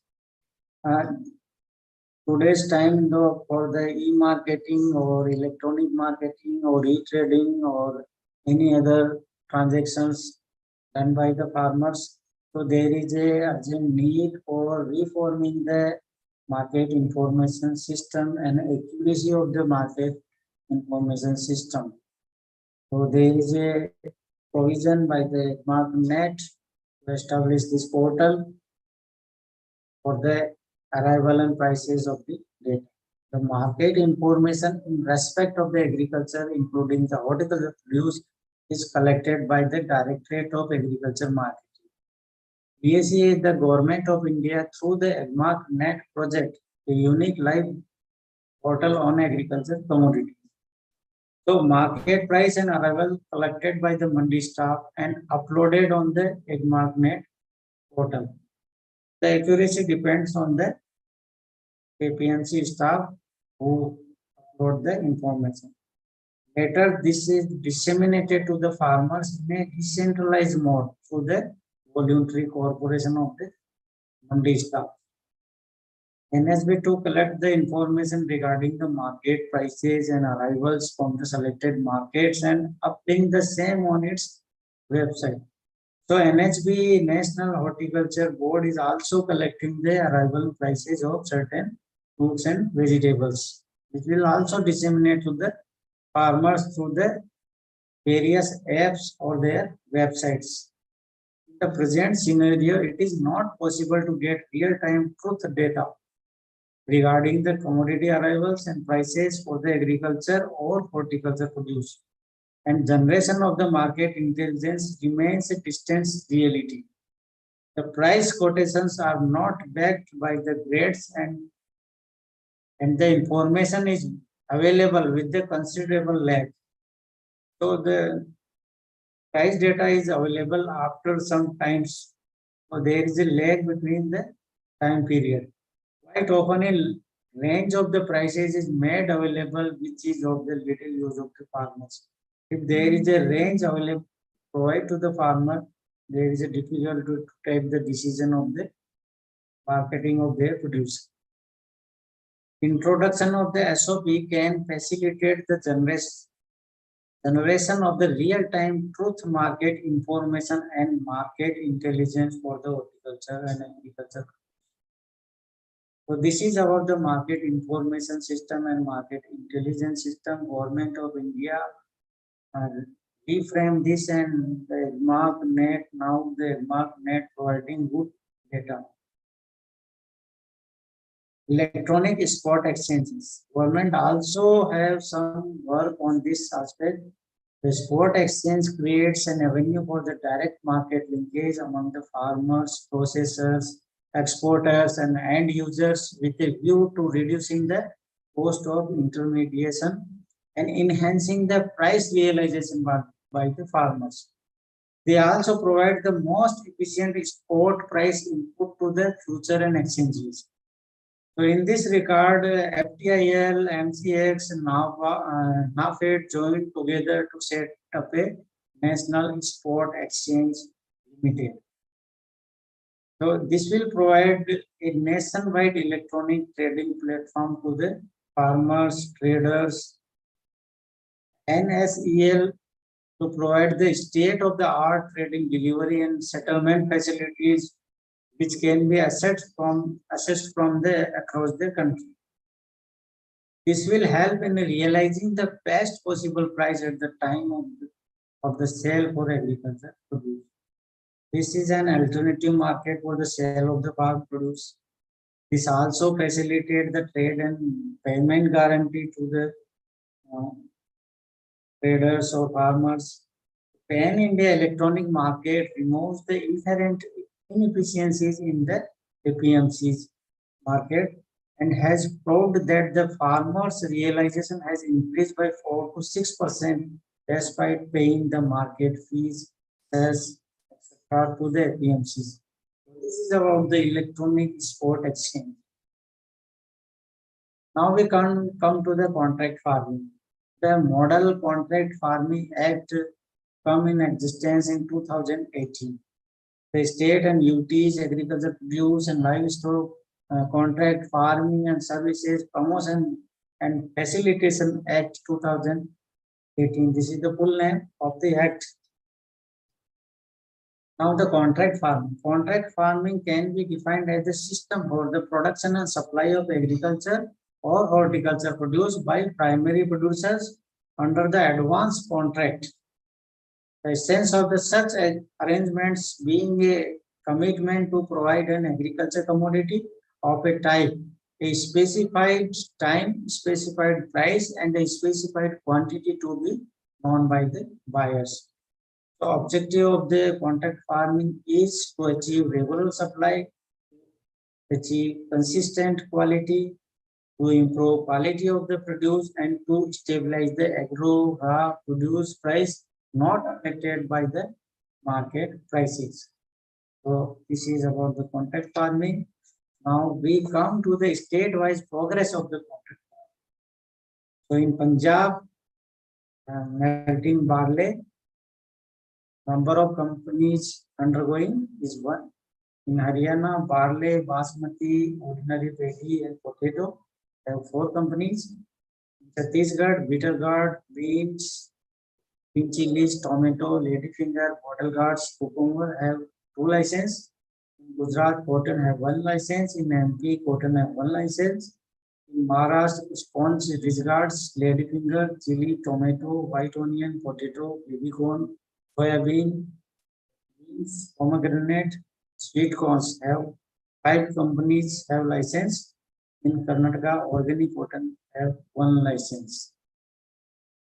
So this is about the state-wise progress of the contract farming. Why this is the exclusive act? Conflict of the interest. Registration of the sponsor, recording of the agreement, and dispute settlement with the APMCs. This is separate from the APMC regulations. This is the conflict of the interest in contract farming as a part of the state APMC. Indian Contract Act 1872 treats both the contracting parties as equal. Farmers is weaker of the 2 parties, no institutional mechanism, and the need for a friendly farming act.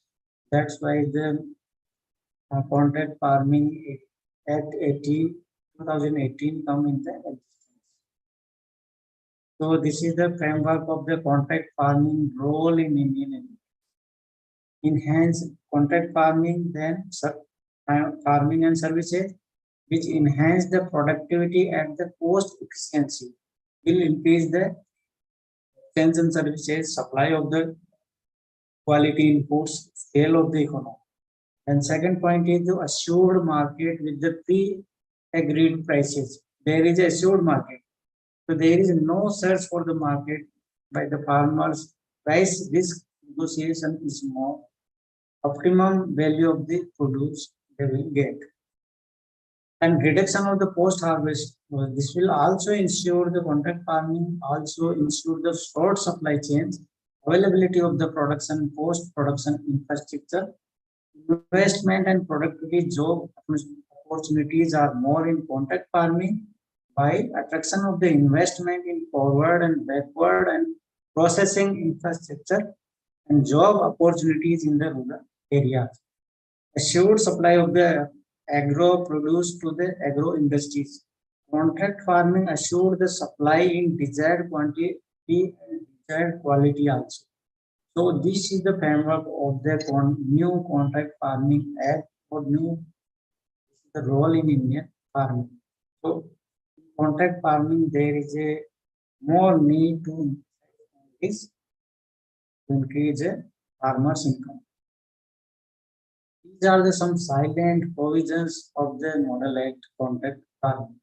Every sponsors before entering into the agreement shall be digitally registered and agreement recorded with the prescribed committee or with the designated officers. Support to the agriculture production and rearing of the livestock. The producers may get support from the sponsor for improving production and productivity by way of the inputs and technologies. FPOs may also enter in the pre-production, production, and post-production services of the contract. Sponsors prohibited from the raising any permanent structure or creating leaseholds right or any kind of the charge on the land of the producer farmer. No title rights, ownership, or possessions shall be transferred or alienated or vest in the sponsor, etc., or its successor or its agent. The minimum period of the agreement will be one production cycle and further continuation subject to the renewal of the thereafter. And to provide reasonable protection to the weaker party to the agreement, that is pre-agreed prices for the producers determined. So these are the silent provisions of the Model Act 2018, which are implemented by some of the state governments, and for the PMC, the contract farming is there. So another some silent features are there. Sale purchase of the produce. Regarding this, the contracted produce shall be outside the ambit of the regulation of the state or UT's Agriculture Marketing Act. This is the out of the ambit of the regulation. The sponsor shall buy the entire pre-agreed quantity of the contracted produce of the producer. In case production support has been provided for, the sponsor shall buy entire pre-agreed quantity of the contracted produce commensurate to quality standard but not less than fixed % of the pre-agreed quantity. Sponsor shall buy rest of the pre-agreed quantity at low rate mutually acceptable to both the parties. In case of only buying contracts, the sponsor shall buy entire pre-agreed quantity of the contracted produce commensurate to quality standards but not less than fixed % of the pre-agreed quantity of the produce. Sponsor shall buy rest of the pre-agreed quantity not purchased at lower rate mutually acceptable to both the parties. So this is a silent, these are the silent features of sale and purchase of the produce, which protect the producer farmer. So negotiation on the third party, mediation or cancellation.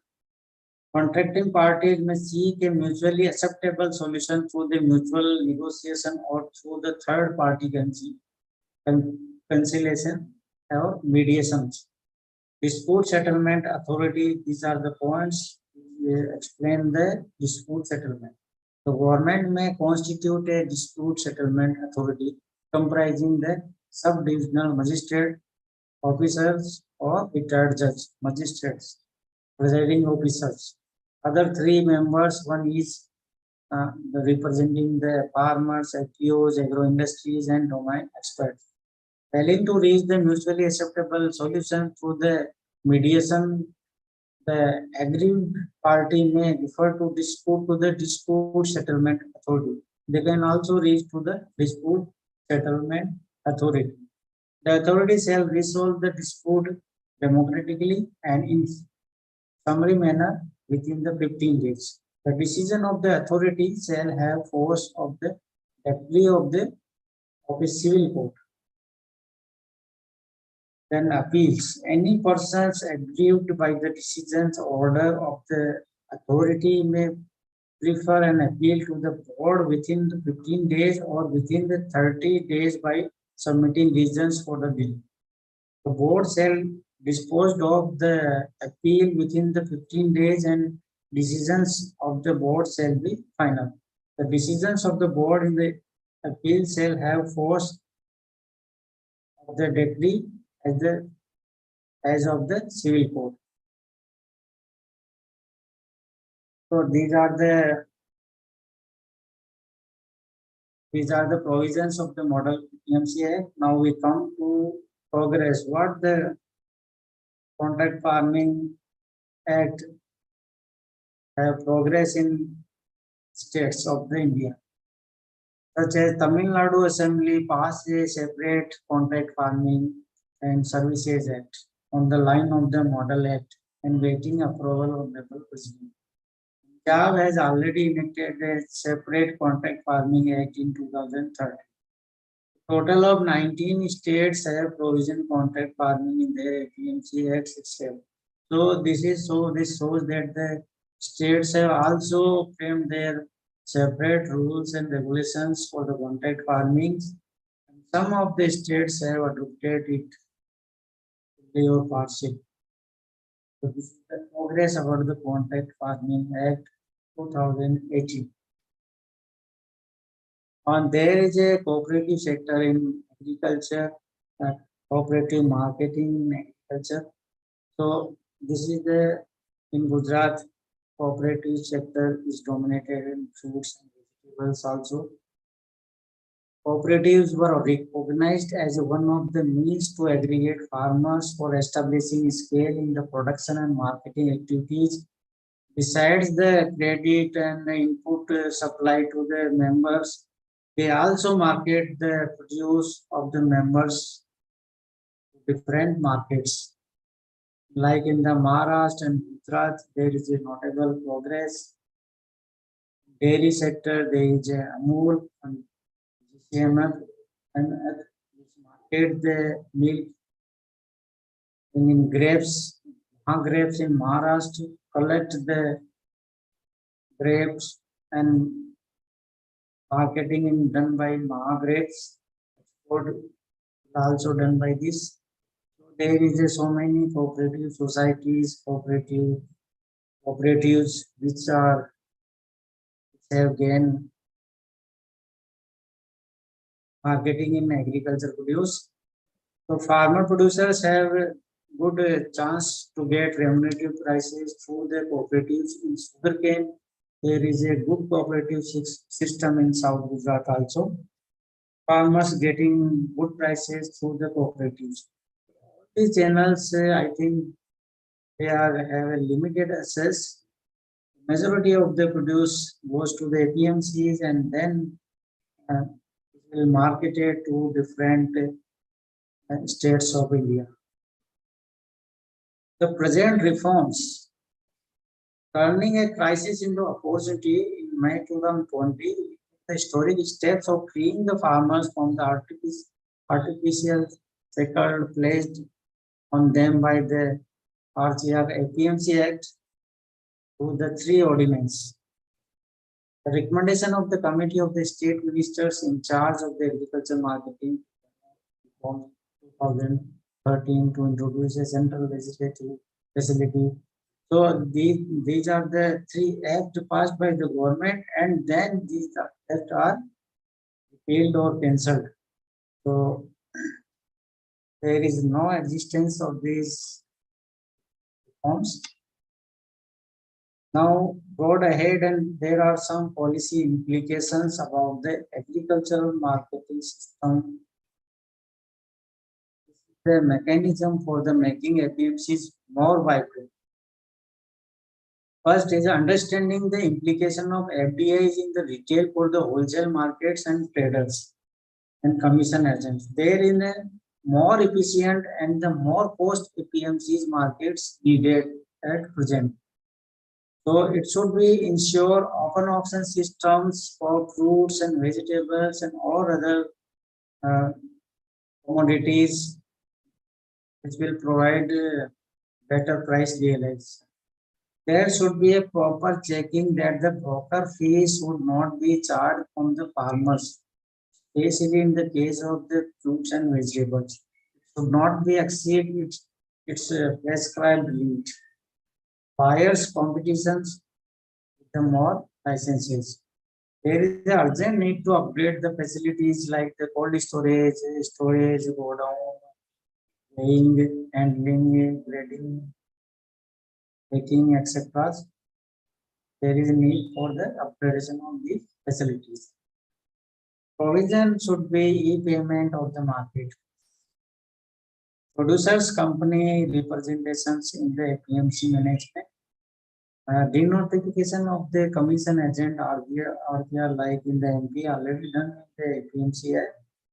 APMC markets are important for the small farmers as they serve as competitors to contract and contact farming practiced by the retail chains and can help improve the term offered by the retail chains to growers as the contract or contract prices are benchmarked to the APMC prices. So these prices are benchmarked to the APMC prices.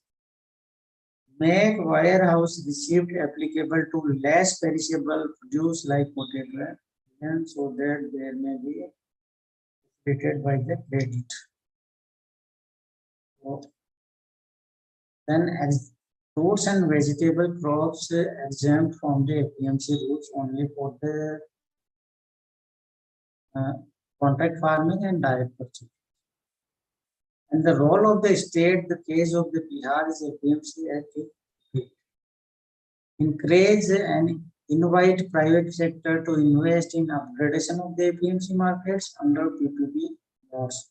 And the facility of the viable gap funding should also be introduced by the government. So that more market will be come up. For breaking the barrier of reluctance on the part of the traders, wholesalers, buyers, exporters, processors to participate in the business of the modern market, it is necessary to introduce the standard operation procedure, means SOP, for the modern markets being set up, as well as for the regulated markets set up under the APMC Act as a part of marketing reforms. There should be a SOP for the operation of market. This will improve the functioning of the existing regulated markets. This will be compelled by the business requirements to make investment in packing and grading, modern warehouses and electronic auction systems. And there should be an introduction of the SOP will pave the way for the investment in the private market yards. The SOP. Under the reformed system, regulated market will also have to undertake auction functions themselves and register the buyers who shall be given a credit. Sellers too will be required to get himself registered with the market in which he wants to sell his farm produce so that his payment may be made through the banks. After auction of the produce, the sellers may collect payment towards the price of the goods sold from the market committee. It will be for the management of the market to collect payments from the wholesale buyers. This will definitely improve the functioning of the existing regulated markets, which will be compelled by the business requirements to make investment in the packing and grading, modern warehouses and electronic systems. There should be introduction of the SOP will give the investment in the private markets. There are some other policy implications which will enhance the marketing efficiency, such as permitting the setting up of the private markets in the area of the operation of the APMC. And there should be a single point levy system, freedom on interstate movement of the produce, growing the agriculture exchange and services. These all are in the APMC Act 2017, but some of the states are adopted and some of the states are partially adopted. So all these points will not be covered by some of the states of the APMC.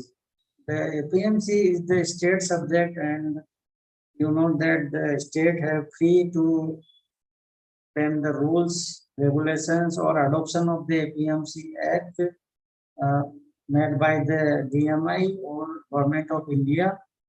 So there should be a provision on all these points so that that will improve the marketing efficiency of the agricultural produce. So direct marketing, Growers Association, FPOs, compulsory buying of the agricultural produce directly from the farmers for the organized retail players, all these are should be included in the already included in the APMC Act, but the governments, state governments have to introduce or implement these points to regulate the agriculture marketing system and also increase the efficiency of the present marketing system. So what will be the next step in the agriculture marketing reform? Between 2003 and 2016, the agriculture marketing environment did not undergo any desired level of the changes to the benefit of the farmers. The quantum of the produce captured at the APMC markets, upgradation of the markets, or the development of the new market were not satisfactory. And despite the surpluses in the various commodities, the deficit in the pulses and oilseed remained on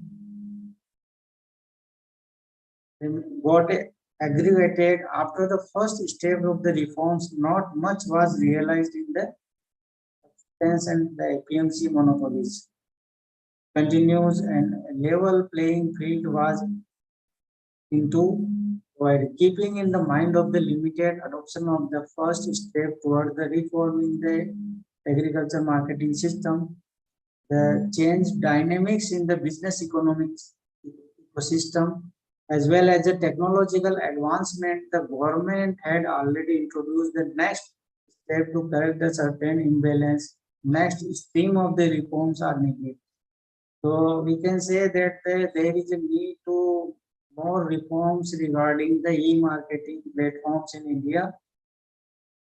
Various e-marketing platforms like Enam and other like as Enam, other markets should be established in India for as a alternative marketing system. And the direct government should also emphasis on the direct marketing system and establish the private APMC market or modern terms, especially establish the modern terminal markets for the fruits and vegetables so that the farmers share and consumers will be more. The unified national agriculture market and the model agriculture produce and livestock markets, Promotion and Facilitation Act 2017 are the precursors to further reform in agriculture marketing system in India. Thank you. So this is about the agriculture marketing reforms, mainly FPOs. I have covered FPOs, private markets, and e-markets such as Enam. And these are some modern marketing facilities which definitely provide the farmers as an alternative marketing channel, and which will certainly increase the consumers, producers share and consumers rupee. Thank you very much, madam. So Thank you so much, sir. Sir, you have given very rich knowledge and your expertise in the agriculture market reforms, and you have deliberated all the topics related to agriculture market reforms in very detailed and very experienced way, sir. Sir, you have covered many topics in this particular session, like market reforms taken place in the India time to time, Indian agriculture and overview. Also, you have presented agriculture market status in India, how many markets are working state-wise in the India. Also, you have given government interventions in the agriculture markets, what kind of government interventions we are having time to time, historical interventions also. Challenges of agriculture marketing and how to cope up these challenges, policy implications from the government side, what we required, what already we are having, and reforms in agri-marketing, state-wise status of marketing reforms in India also you have deliberate in a very nice manner, sir. So thank you so much, sir, for your kind presentation and your rich presentation. Now, sir, we are having few questions from the participant side and our side also. So I am putting before you some questions. So I am sure that you will be answered for that. So, sir, first question is that what steps should be taken to improve the efficiency of ENAM? As we know, sir, ENAM is a good model and is a very good, we can say, the steps taken up by the government to improve the marketing system. But even though we are having many challenges and facing before the ENAM, so what kind of policy intervention is required and what kind of steps required to more efficient, means running of the more efficient of the ENAM kind of models? So what is your view, sir? So that the 1000 APMCs are linked with the ENAM, and the marketing of the produce through the ENAM is not satisfactory. So I think that there is a need to more farmers attached with the ENAM, not on papers but in reality, and the government should provide some facilities that some storage and like that, so the farmers can directly search through the websites how many buyers are there, and they sell directly to the buyers. So there is a need to link in proper manner, and awareness is necessary. I think the awareness of the farmers, particularly for the e-marketing, is very less, and I think majority of farmers doesn't know about how to open the website, how to sell on the website, and how the payment will receive. And there is a need for the awareness, so that if the awareness is more, then the farmers are linked and the transaction takes place on ENAM. The success of the, because there are many private players which have their own website, and through their website they are trading very well. So why not the ENAM? So there is a need for study and also for the awareness to the farmers. Hello, madam. I think satisfactory answer. Swaminathan ji. Yes, sir. Really, sir. Because, like you said, sir, other private players are really working well in digital marketing schools. Very well, they are working. We study, Yes, we sir. also submit one project on e-marketing platform to the NAHEB presentation. Okay. Also completed. Now we are waiting. So in review, I think there is a lack of awareness, and the private players are doing very well.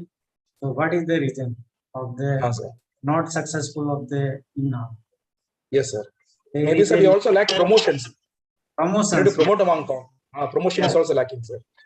Promotion like FPOs and all.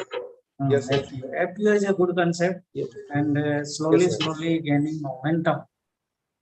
Yes, sir. Near future, the farmers make some FPOs and market their produce. Marketing. Yes, sir.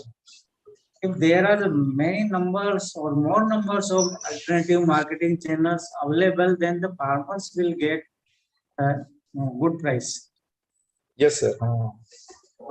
APMC is not a solution, but for example, if 100 quintal produce is there, so the whole produce is not sold by the direct marketing or the contract farming, or the 90% still the produce come to the APMC. Yes, sir. It is also needed that the APMC should also competitive in nature. Market charges should be avoided. Multiple charges are there in the APMC. Still, yes, sir. Will hampers the farmers' income. And there is also a need that a supple markets. So supple markets in graded produce only sell in the supple, but ungraded what about the ungraded produce? So there should be Yes, sir. provision to purchase whole produce. True, sir. Hello नहीं हमारे यहाँ तो network आ रहा है स्वामीनाथन जी हैं अच्छा हाँ हाँ नहीं हमारा डिस्कशन चालू है हाँ हाँ हाँ हाँ कोई नहीं उनका नेटवर्क Madam is back. है तो इसलिए Yes, sir. कनेक्ट हो रहा है अभी Yes, sir. हेलो, हाँ जी सर। हाँ हाँ हाँ मैडम हाँ सर, एक्चुअली वो हमारा यहाँ से कनेक्शन लॉस हो गया है, तो अभी मैं फोन से थोड़ा सा कंटिन्यू कर रही हूँ अभी। तो हमने कहा है कि प्रमोशन चाहिए, अवेयरनेस चाहिए। Okay okay. और प्राइवेट प्लेयर्स जैसे करते हैं उस तरह से अगर करेंगे then there is a successful story of the इनाम। Okay sir. Okay, sir, another query I am also having. Is there any market yard numbers limit in the market area which is notified for our APMC Act and under this APMC Act? So is there any limit for market yards, sir? Ki how many market yards should be operated in the this notified area? There is not a limitation, but there is a market area, command area जिसे बोलते हैं ना, there is a command area of the APMC. Okay. Within this, there is no provision to enter other markets. But still, there is a. So that is why the government takes the 3 laws. 3 law आए थे ना, repealed हो गए या cancel हो गए, उनमें ये provision था. Now this अभी act में ऐसा provision नहीं है कि without. Okay, sir. Without the bounds. Sir, another question is there. In some of the states of India, like APMC Act was not legalized or not enacted. So what are the reasons behind this, sir? Why the states are not legalized and they are not enacted the APMC Act? Many of the states legalized. Many of the states legalized initially, but such as the Bihar repealed the act. Hello, sir, are you getting? Many of the states enacted the APMC Act initially, but after that 2003 some of the states repealed their act, यानी उन्होंने अपना act cancel कर दिया, और Jammu and Kashmir and some UTs have no act, they have not. Yeah, sir, some disturbances are coming out, I think. Swaminathan ji, आ रही है ना आवाज? Perfect, sir, for me, without any disturbance. For me, it is perfect, sir. So some of the states repealed their act. So there is no specific reason, but in connection with the APMC Act 2003, after the 2003, there are more number of the amendments are there. So some like as a Bihar is the first state who repealed their act. So there is no act, or the transaction is free. Or like as a Jammu and Kashmir, there is no act.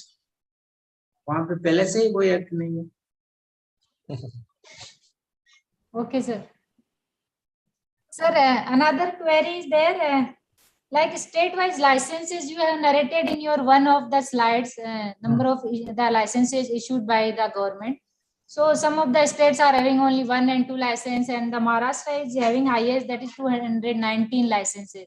So what is the specific reason behind that, sir? Why Maharashtra having 219 license for the direct marketing, and why the other depend states are on having the less? state market policy. जैसे Maharashtra have a more number of licenses because there is a direct marketing system is more. So this also depends on the how the state government given license or flexible in the giving the license, or some other factors also affect for taking the license. Direct marketing and setting up of the private market yards is also a issue, because some of the state governments are rigid. So the private players will not enter in the APMC. Sir, one query is from participant side. How farmers can become aware of all these model acts in order to avoid future disputes? Farmers are aware through How the farmers can make aware about the model acts? This will aware by our extension persons or by our some websites or by awareness among the farmers about the model act. They will not understand what is the model act. Then हमारे को app भी हैं कुछ. We all provide information in short or in brief to the farmers through our app, WhatsApp app है ना, काफी सारी apps हैं आजकल. Through apps we will provide information to the farmers by advertising also. So some farmers know about the, जैसे कि farmers को पता है कि अपने procurement price ये MSP क्या है. They know about the MSP, but they don't know about the APMC Act. तो उन्हें जो जानकारी चाहिए वो तो है उनके पास, लेकिन अगर हमें प्रमोशन करना है, then we go through our different agencies. हमारे सभी यूनिवर्सिटी में भी एजेंसीज हैं. Throughout India, ICR, there are a lot of agencies which will inform to the farmers about the benefit of these APMC acts. Yes, ma'am. For which we will increase the knowledge of the farmers. Extension persons can also do this by organizing seminar, symposium, workshop, one-day workshop. अगर हम organise करें APMC act पे तो they definitely learn. और अभी तो farmer बहुत literate है. All are using the mobile. जी sir, okay sir. So thank you so much, sir, for your wide experience, and you have given the answer for all the queries which we have raised. So thanks a lot, sir, for your expertise. Now we will move towards our second session, that is on online marketing prospects and challenges by Dr. B. Swaminathan. So I just want to brief about the Dr. Swaminathan. Dr. B. Swaminathan is working as an assistant research scientist at the Department of Agricultural Economics, Junagadh Agriculture University, Junagadh. Currently, he is also working on the institution building activity where students are sent to the World Research Institute for learning purpose, and he has also completed the 10 projects. He has wide experience of conducting research on impact assessment, international trade, experimental economics, environmental economics, and agricultural marketing. He also worked with the Asian Vegetable Research and the Development Center, Taiwan for Bengal virus for various crops and other projects. Beside this, he also worked on organic farming, contact farming, and creation of database for the farmers for a consortium of Indian and US agriculture universities. He has 66 publications in different national and the international reputed journals, published 3 books also, and other 16 publications, bulletins, and other kind of publications, book chapters. He guided total 6 MSc students from 2015 onwards. He has live membership of 5 agriculture societies and other related societies. He got 3 Best Young Scientist awards in the agriculture economics discipline, and 1 at international level and 2 at the university level. So this is brief about the Swaminathan, Dr. Swaminathan. So sir, now I invite you for proceed your session. So that is online marketing, prospects and challenges. Sir, please. You can share your screen, sir. Yeah. Is it visible, ma'am? Is my screen visible to you? Hello? Ma'am, am I audible to you? Hello. Fine. Am I audible to you? Yes, sir. You are audible, and you just do the full screen, sir. Okay. Right now, is it okay? Yeah, it's okay. It's in PDF mode. Yeah. Right now? Visible, sir. Okay, ma'am. Thank you, Gangadevi madam, continue. for your... Yeah, ma'am. Okay, ma'am, I'll begin my presentation. Okay, thank you, Gangadevi madam, for your introduction. Thank you for those kind words. So I would like to thank the team at IABMI of AAU for giving me this wonderful opportunity to present my topic on online marketing prospects and challenges. I think I'm audible, right, ma'am? Hello? Am I audible?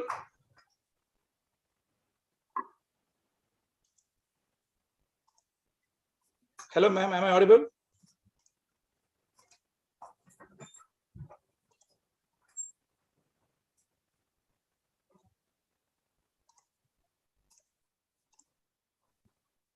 Hello? Hello. Yes, Ma'am, sir. am I audible? Yes, sir. Yeah. Yeah, fine. You Then okay, continue, right. sir. Yeah. Okay, so this is online marketing prospects and challenges. Sir, So can we you- know about. Sir, can you take it as full screen? Is it possible? Yeah, it's possible. No problem. I can make it also.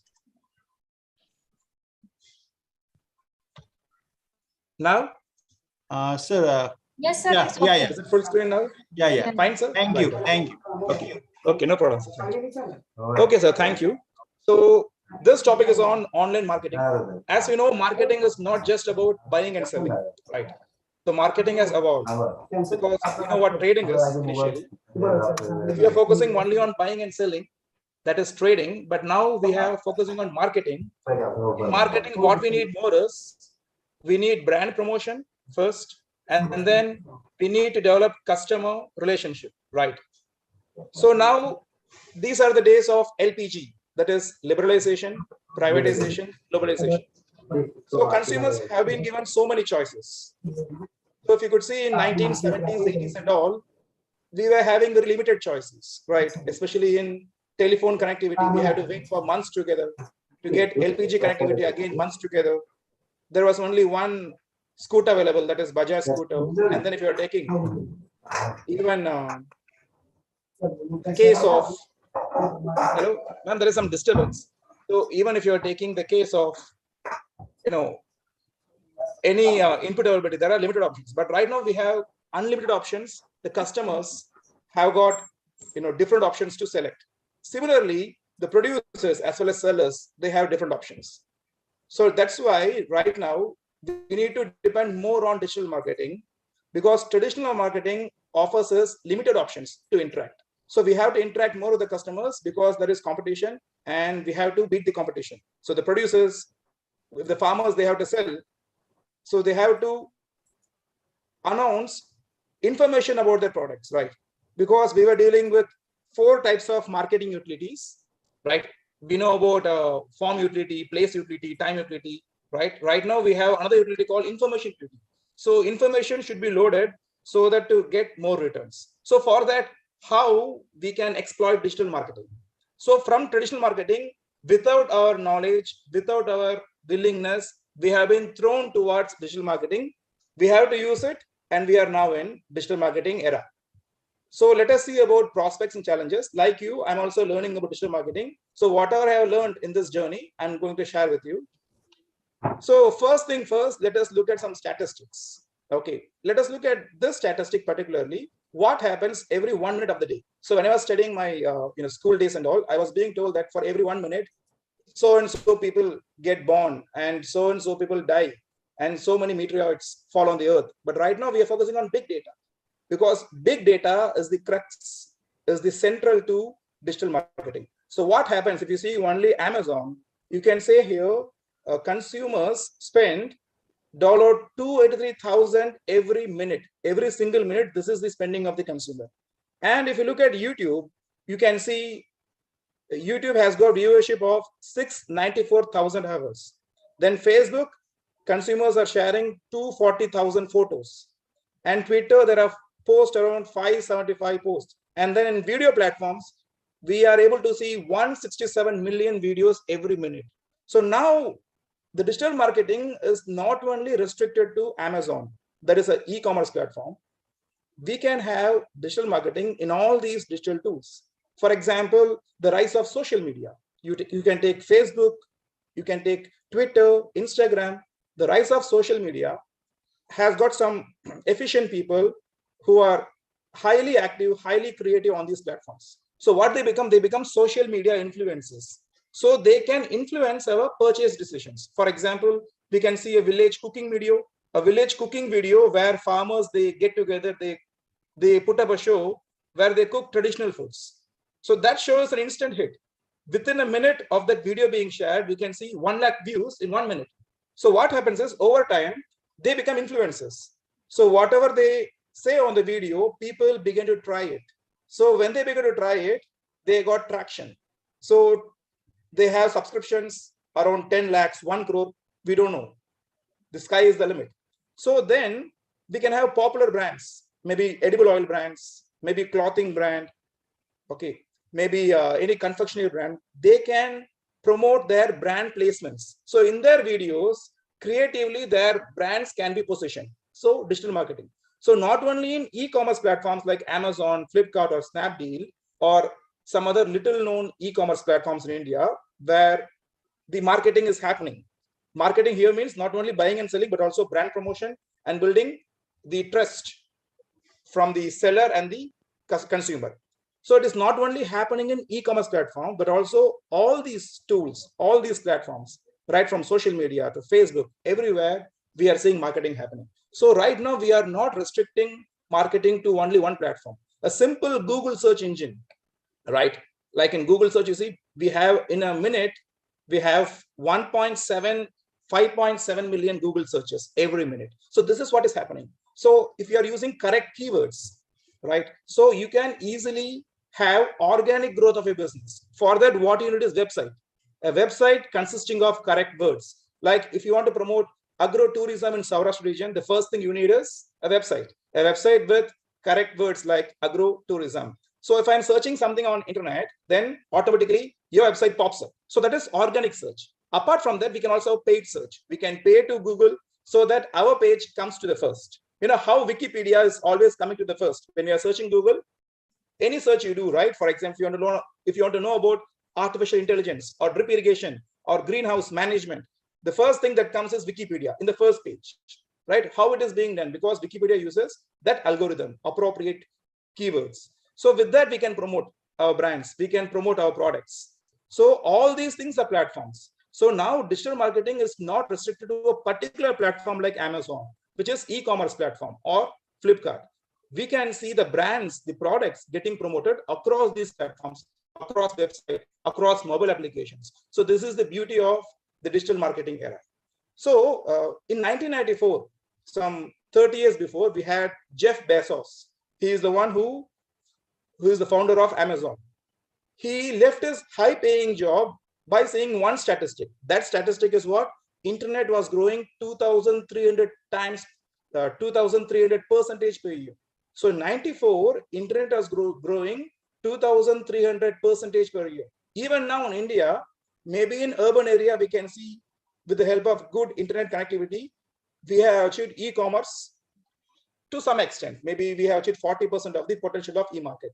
But if you take rural areas, where again we have people who are consumers, who are young and old, still we have not exploited the potential of digital marketing in rural areas. That is why we can see many people, they are starting their own mobile applications, they are launching their own startups, and they are focusing in rural areas, because in future, the one business which is not going to bow down, whatever be the pandemic, whatever recession is, first is food business, second is education. There is no end to these businesses.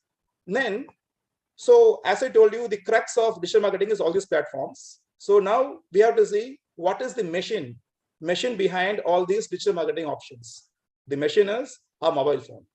The mobile phone which we have at our hand, it has become more like a body organ, right? So we have research for everything, not done by us, maybe by foreign countries. There are so many institutes who are doing research on almost all aspects. So they have done research on their nationals, how many times they are picking mobile a day. So they found that on an average, people in those well-developed nations, they are using mobile 58 times per day. So there is possibility of your products being promoted 58 times. In that, again, they have done some classification, you see, for in a day, 3 hours and 15 minutes. So 3 hours per day, the consumers interact with their mobile. So in that 70% of sessions is less than 2 minutes, right? If you're searching something, looking for WhatsApp, looking for Facebook, and then 25% session are 2 to 10 minutes, and then 5% exceed 10 minutes, not only about calling, taking calls, making calls, but also about streaming a video. So when you're seeing a video, and then here, what the algorithm picks up. For example, if you are seeing Amazon e-commerce platform, and then we locate an ad, we are searching for some product like headphones or noise cutters. If my search is noise cutter, right, and I'm searching for it, and then I did not make a purchase. So task incomplete. Okay. So now what happens is when I go to any other platform, say IRCTC, railway booking platform, tickets booking platform, or I go to Facebook or Twitter, what happens is the algorithm shows me that, so this purchase is incomplete. So you can again go and purchase, you can complete your purchase like that. I'll be getting reminder. Okay, after, not one time, not two times, but ever, forever and ever. So even though my memory is short, as humans, our memory is short, but we have brand memory, which is promoted by machine memory. So we are focusing on robots these days now, but here we have an internet, robots asking us to verify that we are not robots. Because if you are searching something ever and ever, right, for longer time period now, then we have robots asking us to prove that we are not robots. So this is the starting of the digital revolution. And now the digital branding, that is apart from marketing, apart from buying and selling, we have branding, and we have to build the customer relationship that is, going towards leaps and bounds because of the intervention of AI, artificial intelligence and machine learning. So this is just the start, which we are yet to see. So now in India, what is the genesis of digital revolution? Mobile phone, right? But when we say mobile phone launched first in later part of 1980s or beginning of 1990s, when we are seeing mobile phones there, even incomings were charged, incoming calls, right? And then mobile phone was costlier. Per minute, I think we had to pay some 12 rupees, 13 rupees in 1990s. And then one revolutionary product came into existence. That is what prepaid SIM cards. So SIM cards are postpaid. So I think the prominent company at that time, Airtel, it thought of launching prepaid SIM card. But Airtel wants to promote its brand, right? Because there were only traditional marketing outlets. That is, they can publish in newspaper or radio or television or magazines, or we can have some outdoor advertising, like having a billboard. Okay. So there were various options for traditional advertising, but there were limited options for creative digital platform advertising where customers can interact. So Airtel wanted to catch the attention of its potential customers that there is something called prepaid SIM cards. But we had foreign media as well as foreign brand building houses. They predicted that prepaid SIM card is of no use. They won't convince a customer. It will be a colossal failure.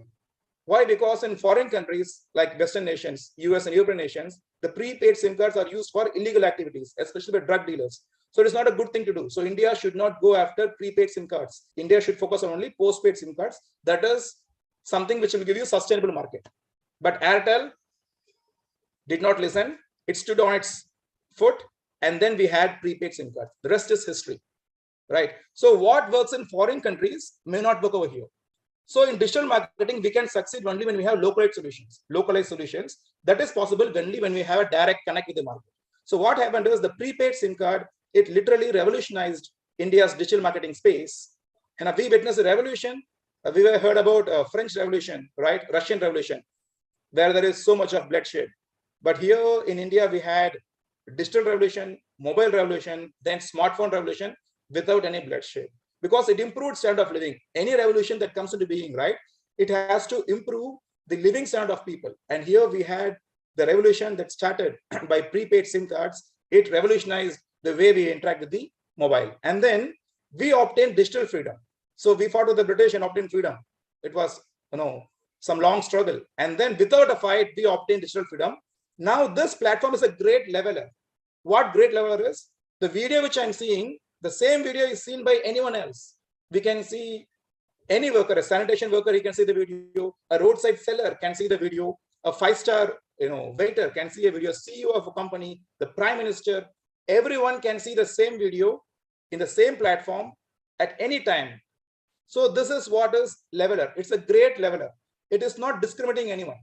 So free media that does not discriminate anyone, this is a great thing to happen. So freedom is all are equal. And then what we had is, this is not the end of the story.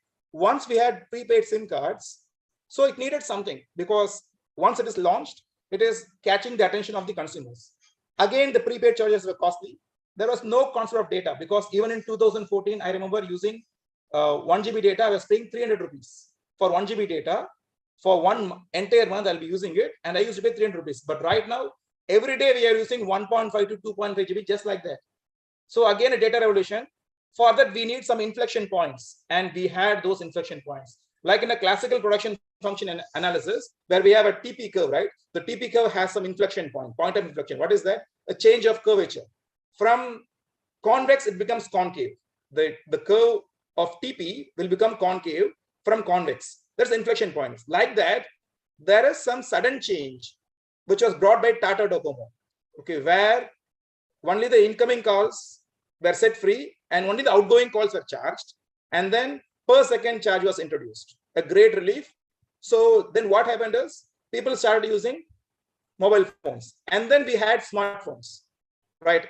So Tata Docomo revolutionized the use of mobile phones. Then smartphones, so which are data driven, right? Smartphones are of no use if you're just making a call. Smartphones, they'll be catching our data and they'll be giving to companies. For smartphones to catch our data, to catch our preferences, to catch how we interact, how we purchase, how we buy, and how we prefer something. So all those things need to be catched, right? For that, we need something called data, and data has to be used. Then came Geo. Geo revolution data, I told you, right? In 2014-15, we remember paying 300 rupees or 400 rupees for 1 GB data. Then Geo came. For 3 months, we have to pay an amount, for example, 500 rupees, where we can have 1.5 GB data every day. So that is again inflection point, a change of curvature. Because of that, people started using data. So more data we consume, the more data we entered, and more is the scope for the digital marketing to prosper. That is what has happened in India. In a short while, all it took only 10-15 years. So from telephones, making trunk calls, waiting for the calls, it took some 40-50 years, and within 5-10 years, this got progressed. Then what a time to be in. Right now, we are in a time, like I told you, where we have the digital media, which are great levelers, because all are equal. That is, anybody can see anything at any point of time. There is no discrimination. So now we can order food over online.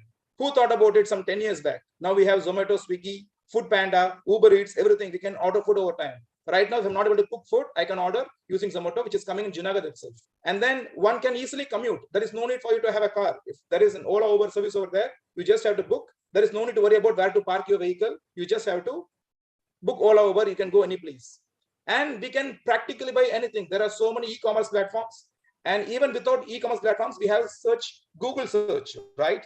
So in Google search itself, we can find so many products, from clothes to medicine, from groceries. We can practically buy anything. And then we can also avail local services. For example, in your area, if you're not able to find any plumber, we just have to use some mobile app. There, we can spot a plumber, spot a housekeeping, everything can be done. And then there is no need for us to go to a cinema theater to have that experience, right? Movie experience. We can watch through OTT on the top platforms. OTT, we can watch any web series. For example, there is no need for us to wait before the TV, right? Because in days of DD, to watch Shaktiman, we were in school, we used to run back to home to watch Shaktiman, because we were not interested to miss even a single minute. But right now it is web series. I can switch off, I can switch on anytime. So that is the kind of a thing. And when I watch web series, right, I have got some preferences, right? And then we have algorithms in digital marketing platforms, in digital platforms.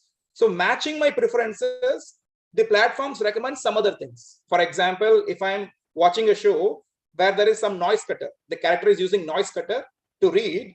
If I'm seeing that, then there is some recommendation given by algorithm that use this noise cutter, use this product, use this headphone. It is good for you. So I'll be influenced, right? Because I'm seeing it, and there is some demand in me, right? Latent demand, hidden demand. So that hidden demand should be converted to effective demand. So it can be converted to effective demand only when I realize. So when I'm seeing the character, I'm realizing, oh, this is my need, and my demand gets converted effective, and then the algorithm sets in the thing. So it creates me some kind of interest. Okay, So that character has used that particular product, that particular clothing. Let me buy this t-shirt. It looked good on me. So then algorithm leads me to the any portal, be it e-commerce portal or any platform, okay, where we can buy it. And then now the thing is that there is no need for you to wait for the news. You can customize your own news. If you are interested in agriculture, you can have news regarding agriculture. If you are interested in movies, we can have news regarding movies. If you're interested in sports, we can have news regarding sports. So even news is customized. If I don't want to watch any channel, I can block the channel. There is no need for me to worry about it. Then we have e-learning platforms where we can learn, unlearn, relearn. Especially in COVID-19 pandemic, how quickly we teachers have adapted to e-learning platforms. Because even before the pandemic, that is in 2017-18, we had Zoom, we had Google Meets, but nobody was using it. But right now, when necessity came into being, we started using e-learning platforms and we quickly adapted. Right now, over 2 years, we know everything about e-learning platforms, how to use it, how to record, everything is known now. Now, again, these e-platforms, which are used for learning, right? Video platforms. Now we can attend any family functions, events. We can take part in meetings like this, sitting at the comfort of your home. So all these things are possible because of digital media. Now, thing is that if you are attending a meeting, there, we can promote a brand. Okay, so this brand can be promoted. If I'm drinking something, you can look at it, what I'm drinking, what cool drink I'm drinking. Like that, if a character is eating some biscuit, we can also see what biscuit the character is eating. And what about farmers? So all these are services provided, enjoyed by all. For farmers, now we have an option, like IT people, they are opting for work from home. We can have farmers to sell their produce from farm.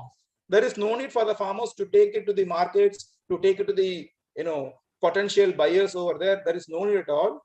They can sit at their farm and they can sell from farm options. They just have to have good internet connectivity. That is the thing, because farmers should be, I think we have to deliver these media or the platforms in such a way they are affordable first or free, and then the farmers should have accessibility. The farmers may have smartphone, the farmers may have all the mobile apps, but without bandwidth, without good network, okay, without speed, what is the use of it? So even in village areas, if you want our farmers to go for sell from farm, it is needed for us to go for accessibility. We know now, some 3 months ago, we have seen farmers in selected states, they were protesting over legalizing MSP, right? MSP should be legalized. Now what has happened? No farmer is ready to sell in MSP. Why? Because of hike in export prices. So it is changing. So on the basis of the change, we as buyer or we as seller react. We cannot operate in silos. We cannot say, okay, I won't be reactive to change. No, because the farmers who demanded MSP should be legalized, now they don't want to sell MSP. They have changed. So change should be welcomed. And that change is happening in really faster pace, faster speed when you take the case of digital marketing. So even in traditional marketing, from radio, we came to TV. That's it. Now what is happening here is, from simple Google search, then we had mobile apps. From mobile apps, now we have artificial intelligence-based algorithms. So this change is happening at a rapid pace. So this is what we had in before internet era. For example, now we are using Google, right? For searching anything, we used to go to library. So then to interact, we used to meet people, have discussions with them. Now you're using Twitter. And then we are using on public services. We were driving our own car or cycles, two-wheelers and all. Now we are going for mobility service providers like Uber. Then for conversation, for sharing our happiness, okay, we are using, mobile phones. We are using postcards and all, right? But right now, Facebook. Then if you want to, read books, we are using physical book. Right now, we are using Amazon Kindle. Then we are going to movie theaters. Right now, we have YouTube and OTT, over-the-top platforms like Netflix, like Amazon Prime. And then we are going to mall to purchase in 1990s, 2000s. Now eBay, now we have e-commerce platforms. So this is the outer net. So our outer net has got shrink, and now we have got everything on the mobile. We have internet.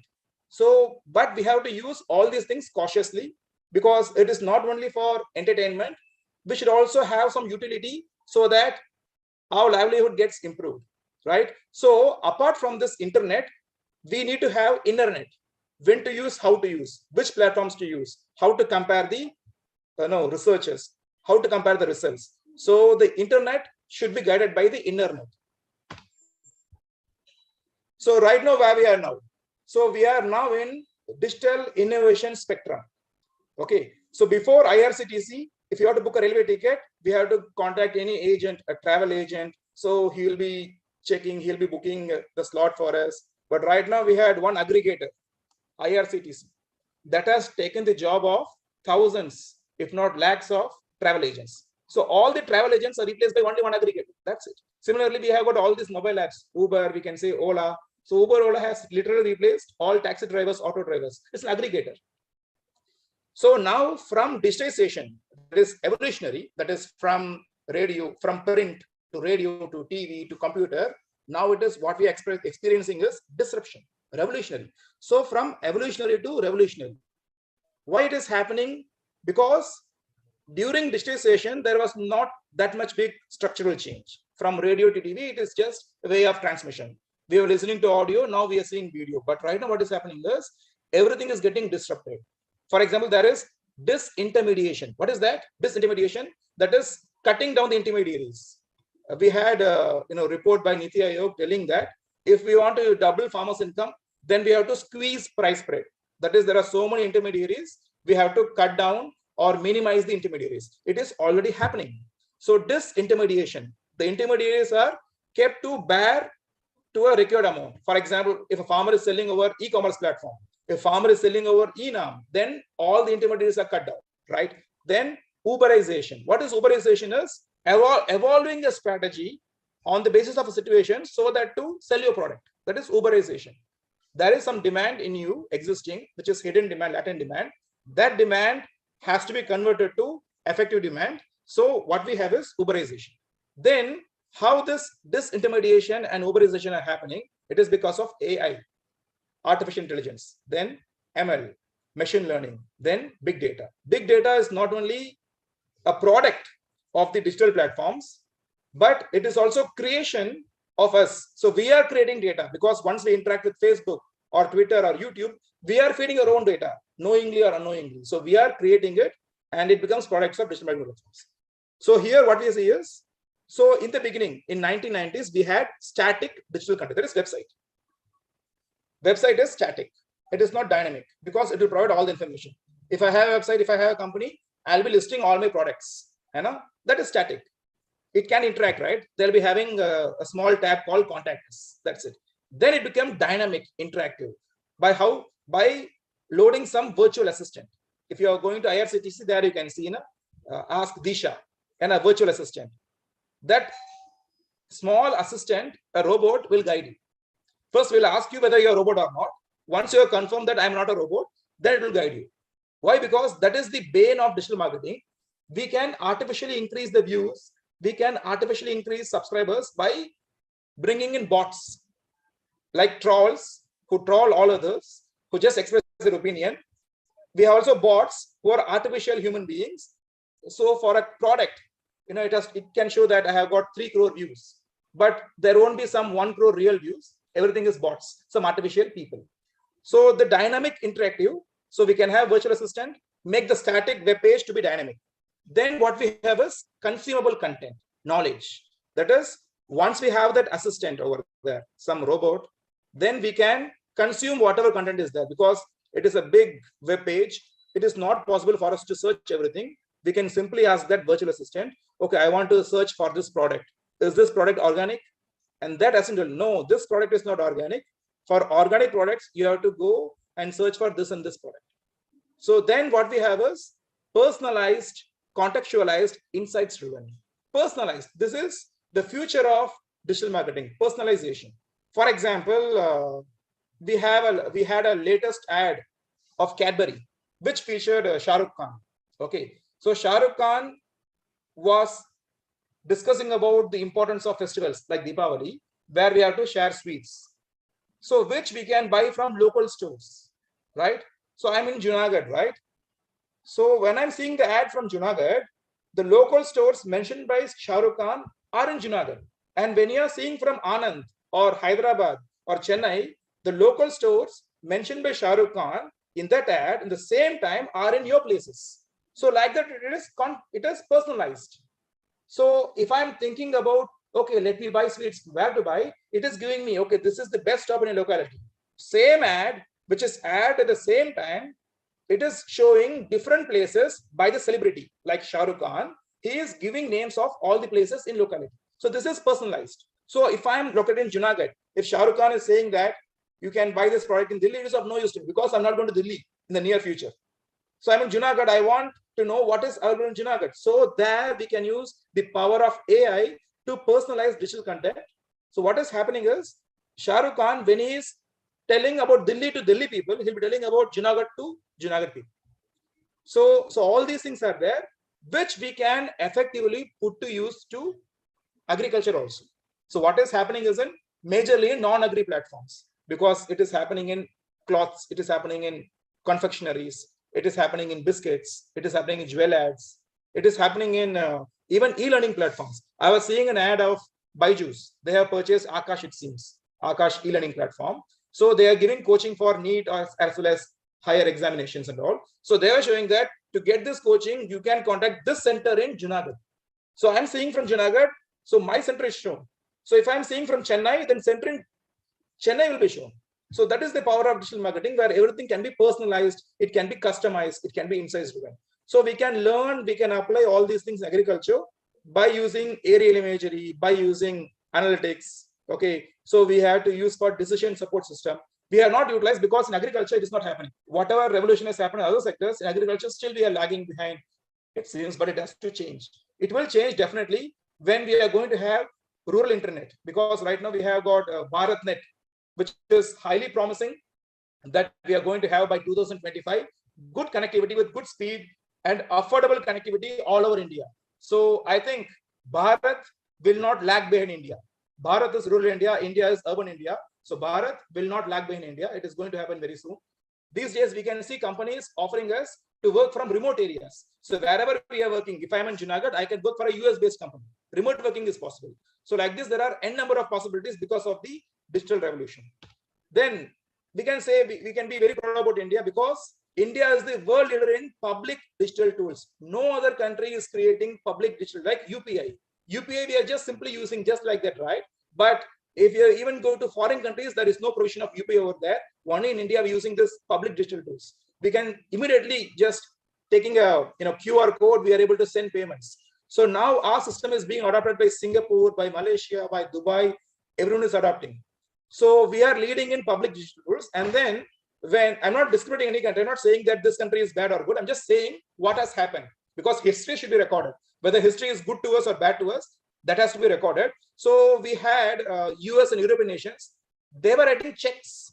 The US president was writing a check to support those victims of COVID-19 pandemic. But what we did, we simply transferred support just like that to crores and crores of farmers, as we had JAM, JAM. What is that? Jandan, then Aadhaar card, mobile, along with PAN card. As all are interlinked, it is easy for us to transfer thousands and thousands of crores to crores of people within seconds. Income support. Once in 3 months, 2,000 rupees. It is just transferred. There is no check written. There is no corruption, nothing. So everything is possible by digital mode. So now if payment is possible, like I told you, UPI, right? So if UPI has revolutionized payment, now the digital marketing platforms, now they have incorporated UPI. So if I'm buying something over Amazon, I have the option to pay using UPI mode payment options.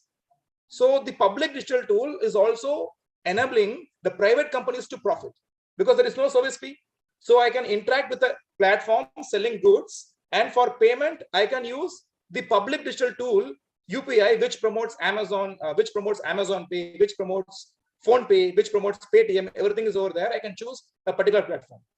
And then India has also given QR coded scannable vaccination certificates, where countries in the West, yes, they are highly developed, but when it comes to public digital tools, we are the leaders. So they are giving chits written by doctors. So doctor will write something, yes, vaccinated, he'll be signing it. So those chits were used, but we had QR coded vaccination certificates. And then we also have biometric IDs, Aadhaar card. Now everything is linked, right? Aadhaar card, PAN card, Jandan account, and then mobile, everything is linked.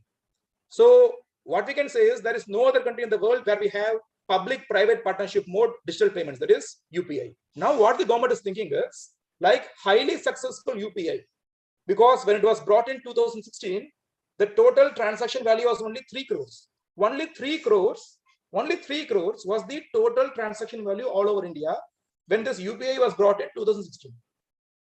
But now it is 9.6 lakh crore. 9.6 lakh crore is almost half the GDP of Gujarat state. Gujarat has got GDP around 18 lakh crore.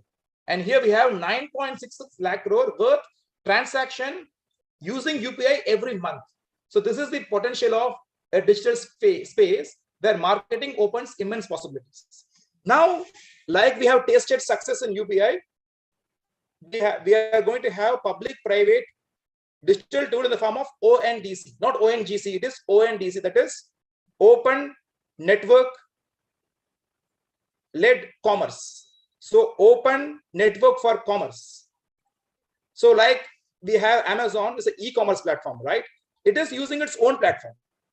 So once Paytm was using its own platform, now what is happening is Paytm and other payment companies, they are into UPI. Like that, the government is going to promote open network commerce platform, wherein it will be hosting all e-commerce platform like Amazon or Flipkart or Snapdeal, everything will be platform over there. So everyone will have the chance, whether small or big, everyone can use the platform. Then what we can have is we can have standardization. So right now there is no standardization. When we have open network commerce platform promoted by the government of India, we can have standardization. That will be another revolutionary step. So beyond any doubt, we can say digital marketing has democratized. Like in democracy, this is the real democracy, where everybody has a chance to interact. So it has given us access, affordability.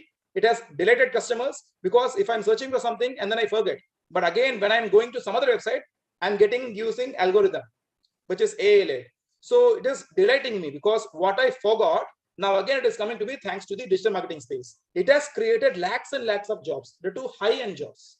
And then it has empowered generations of entrepreneurs, MSMEs with customer-centric orientations. So right now, the online market is worth $50 billion US. We expect that it is going to become $350 billion US. Right now, India's total GDP is worth some 3.5 trillion US. So that is the worth of India's GDP right now. So it is almost 10% of India's GDP, nominal GDP. So what is e-marketing? As I told you, if you're using anything which is electronic, like internet, mobile phones, televisions, digital televisions, that is e-marketing. So we can have so many platforms like search engines, which is Google. We can have social media platforms like Facebook. We can use Twitter. We can use Instagram. We can have email marketing tools. Right now, we are getting so many emails by companies. Once you're given your ID, you'll get. So email marketing is also a form of e-marketing. E-marketing means online marketing or digital marketing. So with that, not only existing customers are connected, but also potential customers are also drawn in. Then here we have again difference of what is traditional, what is e-marketing. You can see any type of marketing that is online. If you're going to a market and buying tomato 1 kg, that is traditional marketing, because you're simply buying, that's it. Trading is happening. But in e-marketing, it's not just trading. We are using a web-based platform, any e-commerce platform, where you are buying it at the same time you are interacting it, you are giving your feedback. For example, if I'm buying something from Amazon, if I'm not happy, I'll just give review. Okay, this product is not useful at all. Then if I am going to buy new product, I'll be seeing review first. Okay, what are the customers' experiences? So in traditional marketing, there is no option for customer experience, right? For example, whom I should ask? The trader. Okay, I cannot ask the previous customer, right? But here in online marketing, we can have the reviews where we can get customers' feedbacks. So here in traditional marketing, we had got phones, newspapers, radios, and outdoor advertising like billboards, huge billboards, which were in 1980s, 90s. If you see any Hindi movie or any vernacular movie, you can see huge billboards showing about the brand. Right now, we can see we can promote any brand over online using email, using social media, using display advertising, okay, using search engine optimization. For example, if you want to promote your product, then you can also optimize the engine, because we know how to code and all. No? Then if I'm searching using a particular keyword like agrotourism, then your promotion will come to my search page. And I can also use Google AdWords. I can pay to Google and I can convert my brand or my business as an advertisement. That is also possible. So here we can reach any audience, not only present as well as future audience. And here it is possible to reach only the present customers. So what are the advantages of online marketing? Is extremely low risk. Why low risk? Because you're going to promote over online. So if you're going for traditional marketing, you are hiring a celebrity like cinema heroes, like Amir Khan saying "Thanda matlab Coca-Cola." Okay, that was promoted over there. Pepsi, whose production cost was 30 paise, for advertisement they were, budgeting some 3 rupees, and then selling prices 10 rupees, for example. So advertisement cost was more than the production cost. So similarly, if you want to promote your brand in a heavy manner over traditional methods, you have to give newspaper, because newspaper has got limited reach, right? So you have to go for location specific newspapers. You have to go for TV ads. Repeatedly you have to give, like in old World Cup, I think in 2004 or so, World Cup, there was some advertisement, Hoodie Baba, Hoodie Baba, Hoodie Baba. So that Bajaj company should have paid crores and crores of rupees for that 60-second ad, not even 16-second ad, right? But right now in online marketing, it is extremely low risk, because you're not going to pay heavy amount for this. You're just going to create a web page. You're going to use some keywords which are catchy, which matches the algorithm of the Google, enabling, if I'm searching something for one product, then your company comes over there. And then because of automation, so there is reduction in cost, right? And then we can have faster response, because if I'm selling something in Amazon, if a customer is buying it, immediately I can get his response, whether 5-star or 1-star, it is getting immediately. In traditional mode, if you're advertising through newspaper, the customer is getting it, and then you have to contact the customer asking how was the experience, or you have to send a questionnaire asking him to fill the questionnaire and send back to you. Right now, everything is automatic. Then there is increased ability to measure and collect data. The beauty of economics, the beauty of statistics. You can measure data, you can collect data, you can see how many people have seen it, how many people have used it, how many have liked it, how many have disliked it, everything is seen. And then it opens the possibility of new markets through personalization. Because if you're personalizing this, because like if you're showing an ad, in that ad, a character is wearing eyeglasses, another character is wearing jewelry, another character is sari, another child character having a doll. So in one frame, you have got all these things, a child having a doll. There we can personalize. This doll is available at a local store. Another character is having a glasses. It is time for you to check for your eyesight. Go to this hospital. A sari. You can buy sari at this local store, or you can buy sari from e-commerce platform. So like that, now there is greater possibility of personalization through customization, which has happened only through digital marketing, because in traditional marketing, we have limits beyond which we cannot go. We cannot customize, we cannot personalize, because if we are personalizing a newspaper, then the entire newspaper will be taken one day by personalization. You won't be having any news over there at all. That is why if you buy newspaper during festivals like Deepavali, like Shankranti and all, now we can see we'll be having some 5 to 10 pages advertisements, and then comes the news. That is what person. Then increased interactivity. Then increased interactivity means we can interact more and more right now, because that is how it captures data. Interaction means there is no need for us to use anything. There is no need for us to reveal information. Just by, if I am interested in mobile phone, that's an interaction. I'll be seeing what brands are there, what GB is there, 4 GB or whatever it is. I'll be interacting. That's my information, right? And then we have boundless universal accessibility. If I'm launching here in Junagadh, anywhere in the world, people can see it. If I'm promoting in a newspaper in Ahmedabad region, only Ahmedabad people can see, because Rajkot edition is different, Ahmedabad edition is different. But over online, over YouTube, anybody in the world can see. That is what is the beauty of digital marketing.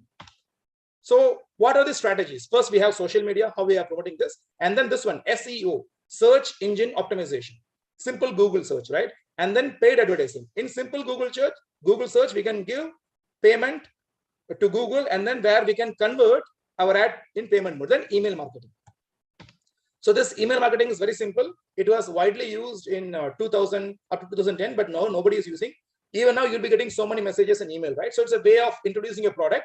So it depends upon whether customer is interested. Because if I see email coming from a company, a brand promotion ad or a product selling ad, I just won't open it, right? But if I'm going for search engine optimization, if I'm going for a keyword, okay. So on the basis of my keyword, then if there are some companies nearby, that will be getting promoted. So here we can have organic growth. There is no need to pay to Google anything, because you should have your own website that has to be maintained, and then you will be having some attractive keywords, so that is getting caught in search engine.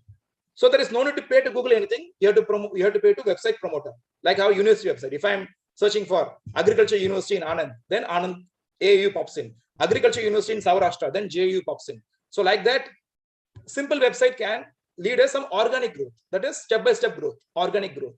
Okay. But if you want quick growth, if you want your website or your product to reach many customers in short time period, because you have taken bank loan, you have to pay to bank loan, right? Because you have your own startup, you have taken bank loan, and then you have to have some quick returns.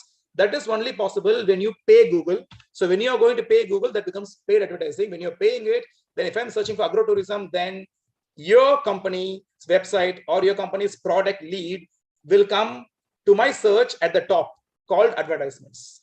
So in this way, using Google AdWords, using Facebook ads, using LinkedIn ads, using Twitter ads, almost every other social media ads, when you are paying for it, we can get it. So this is paid advertising, which is a part of digital marketing. And then what we have is social media channels. So long before, social media was used only for interaction, right? Only for sharing your feelings. But right now, feelings are not important. Even feelings are to be marketed. So now in social media like Facebook or YouTube, YouTube was once used for what? Entertainment. We are seeing movies, videos and all. But now using YouTube also we can market. For example, if you are a YouTube influencer, that is, you have got creativity and you are having your own channel where you have got some millions of subscribers, then you can promote a brand. You can place a brand without the customer realizing that you are promoting a brand. You can play, for example, if you're cooking something, then you can place, for example, Adani Wilmar's oil brand, or you can place Gold Winner oil. You can place any oil brand over there. So customers will see the brand of the oil over there. Or if you are promoting something, you can place Amul products. That is also possible now.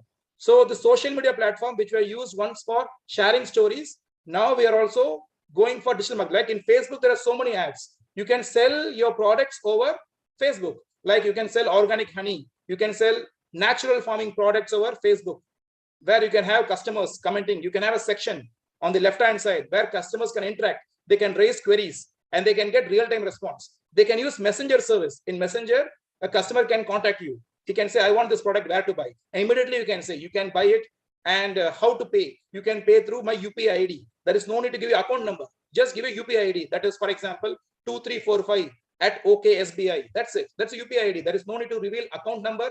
There is no need to give IFSC code. There is no need to give anything. Just give your UPI ID. That itself is sufficient. There is no need for you to provide your mobile number also for the cash to get transacted to your account. Just give UPI ID. So all these things are possible. So even social media channels, which were useful for entertainment, for getting together, now they are being used for product promotion. They are used for brand loyalty. They are being used for highly specific, customized or personalized customer interaction. That is happening because of the revolutionary digital sphere. Like atmosphere, what we have is digital sphere.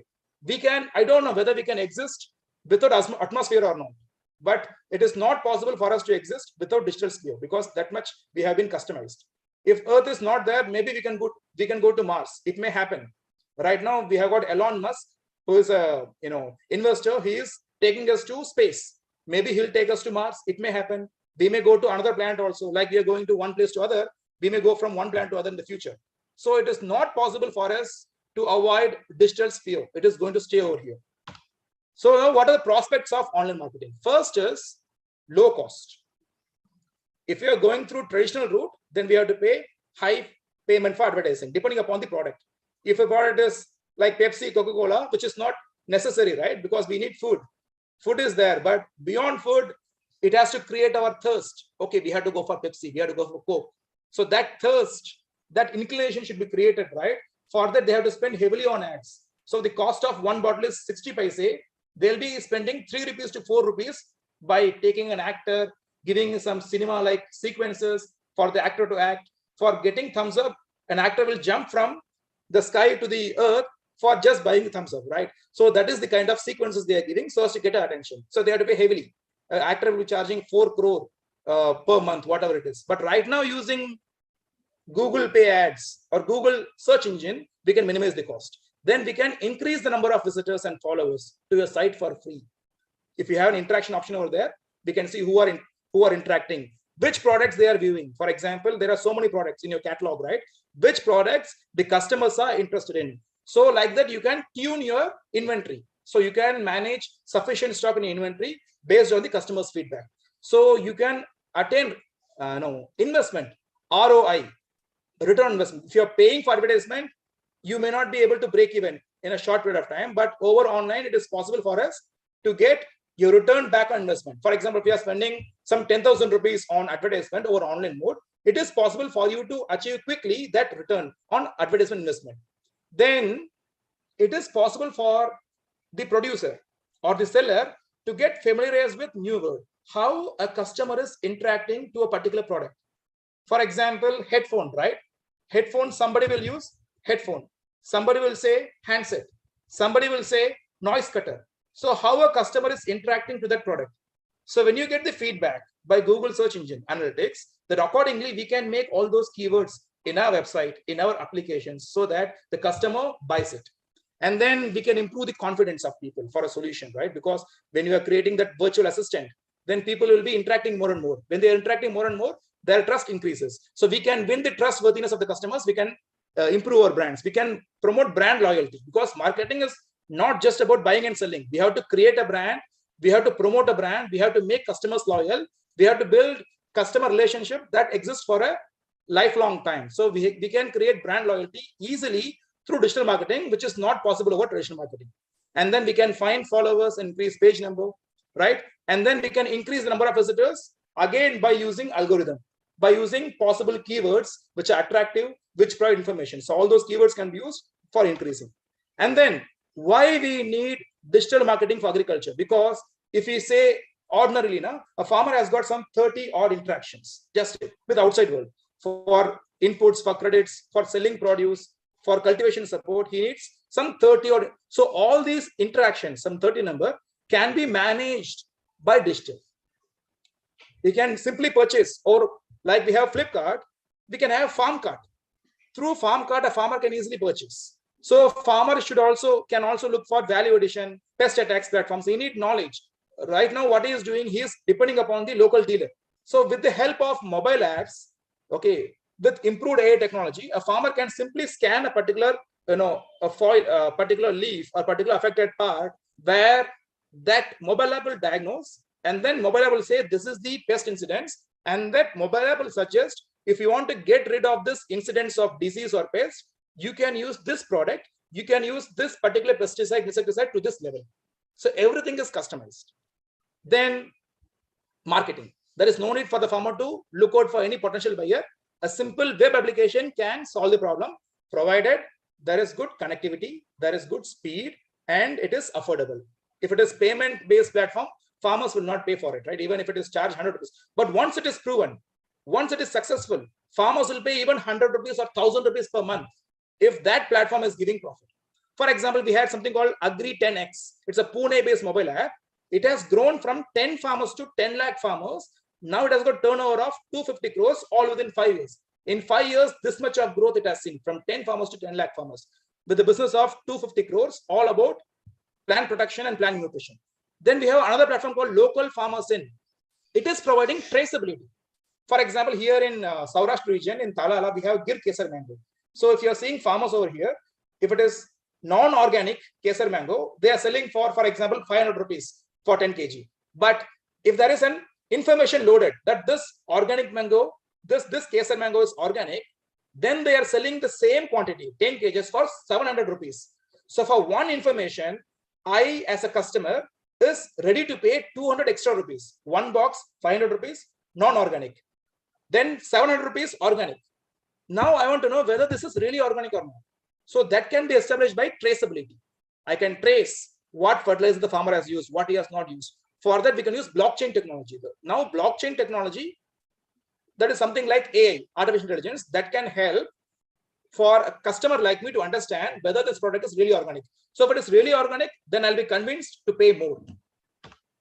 Now, what are the challenges? First challenge is affordability. Because farmers have demand, latent demand, hidden demand.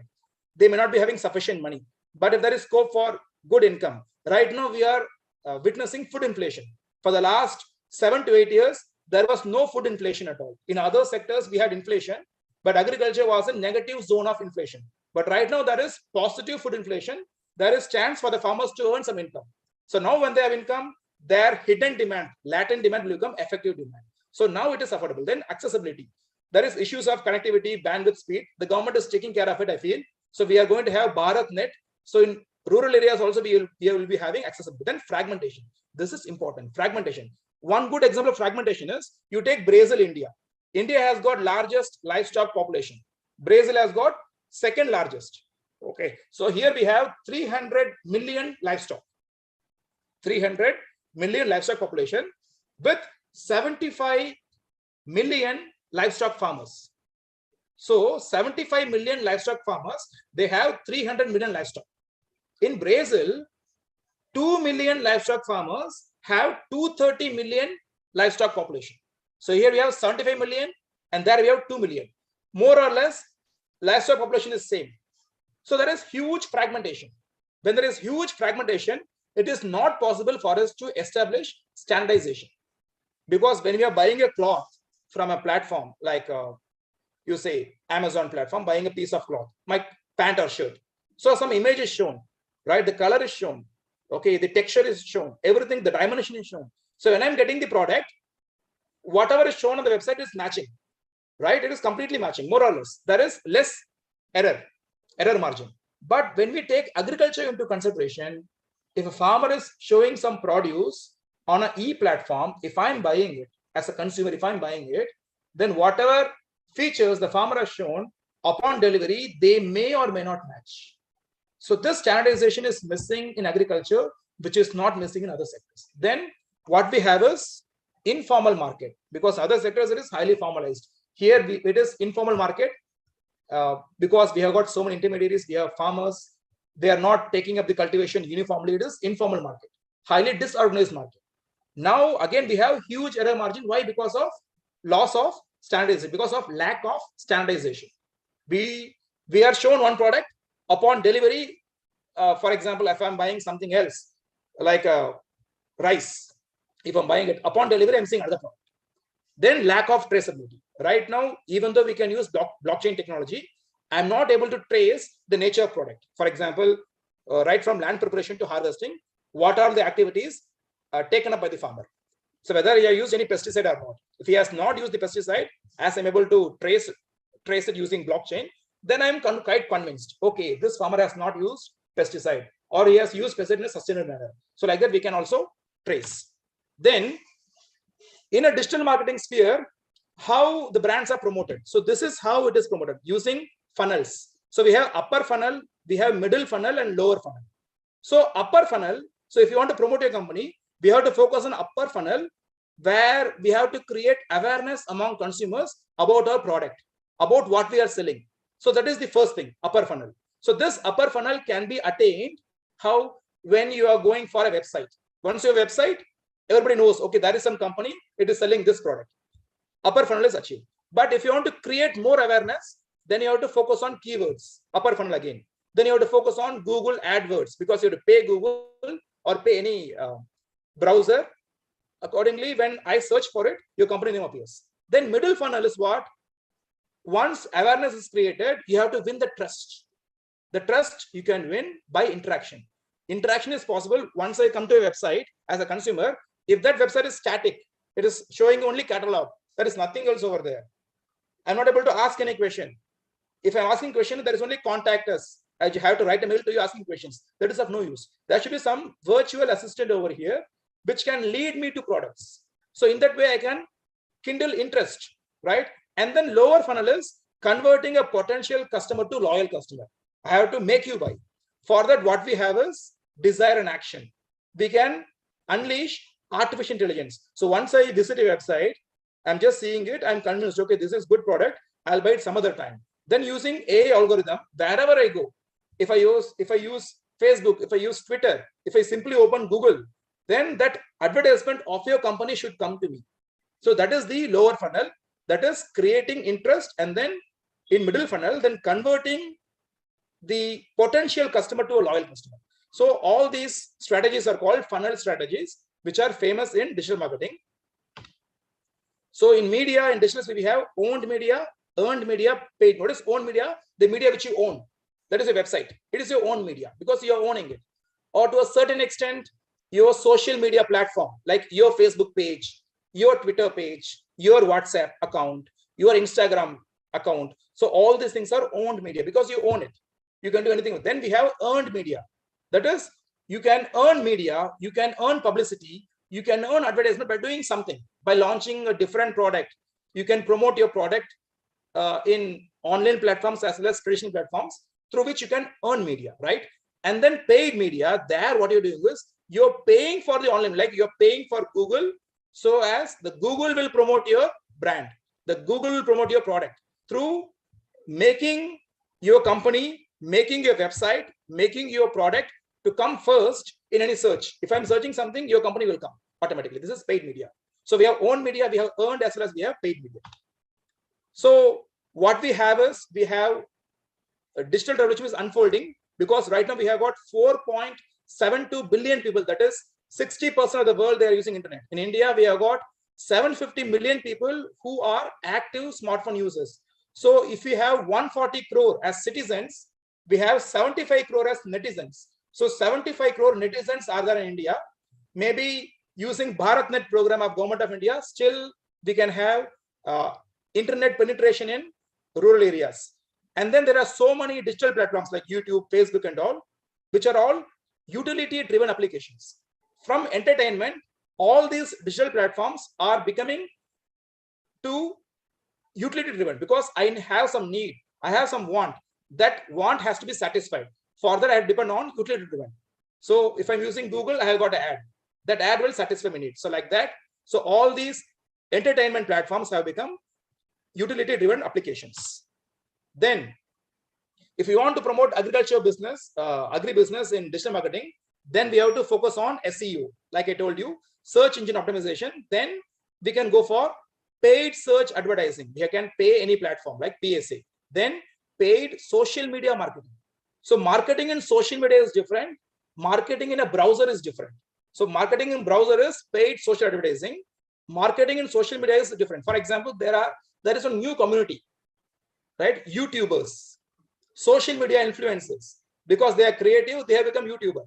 They are not doing anything else. They depend on YouTube for their bread and butter. Like we are doing some activity, some economic activity, thereby we are earning salary. We have YouTubers who are earning salary, who are getting paid by being active, by being creative on YouTube. So once they have thousands, 1 lakh subscribers, 1 million subscribers, then they can involve in brand promotion. You can promote your brand. You can ask them to come to your hotel and do a review. So they'll be charging, for example, 40,000 rupees for one review. So they'll be coming to your hotel.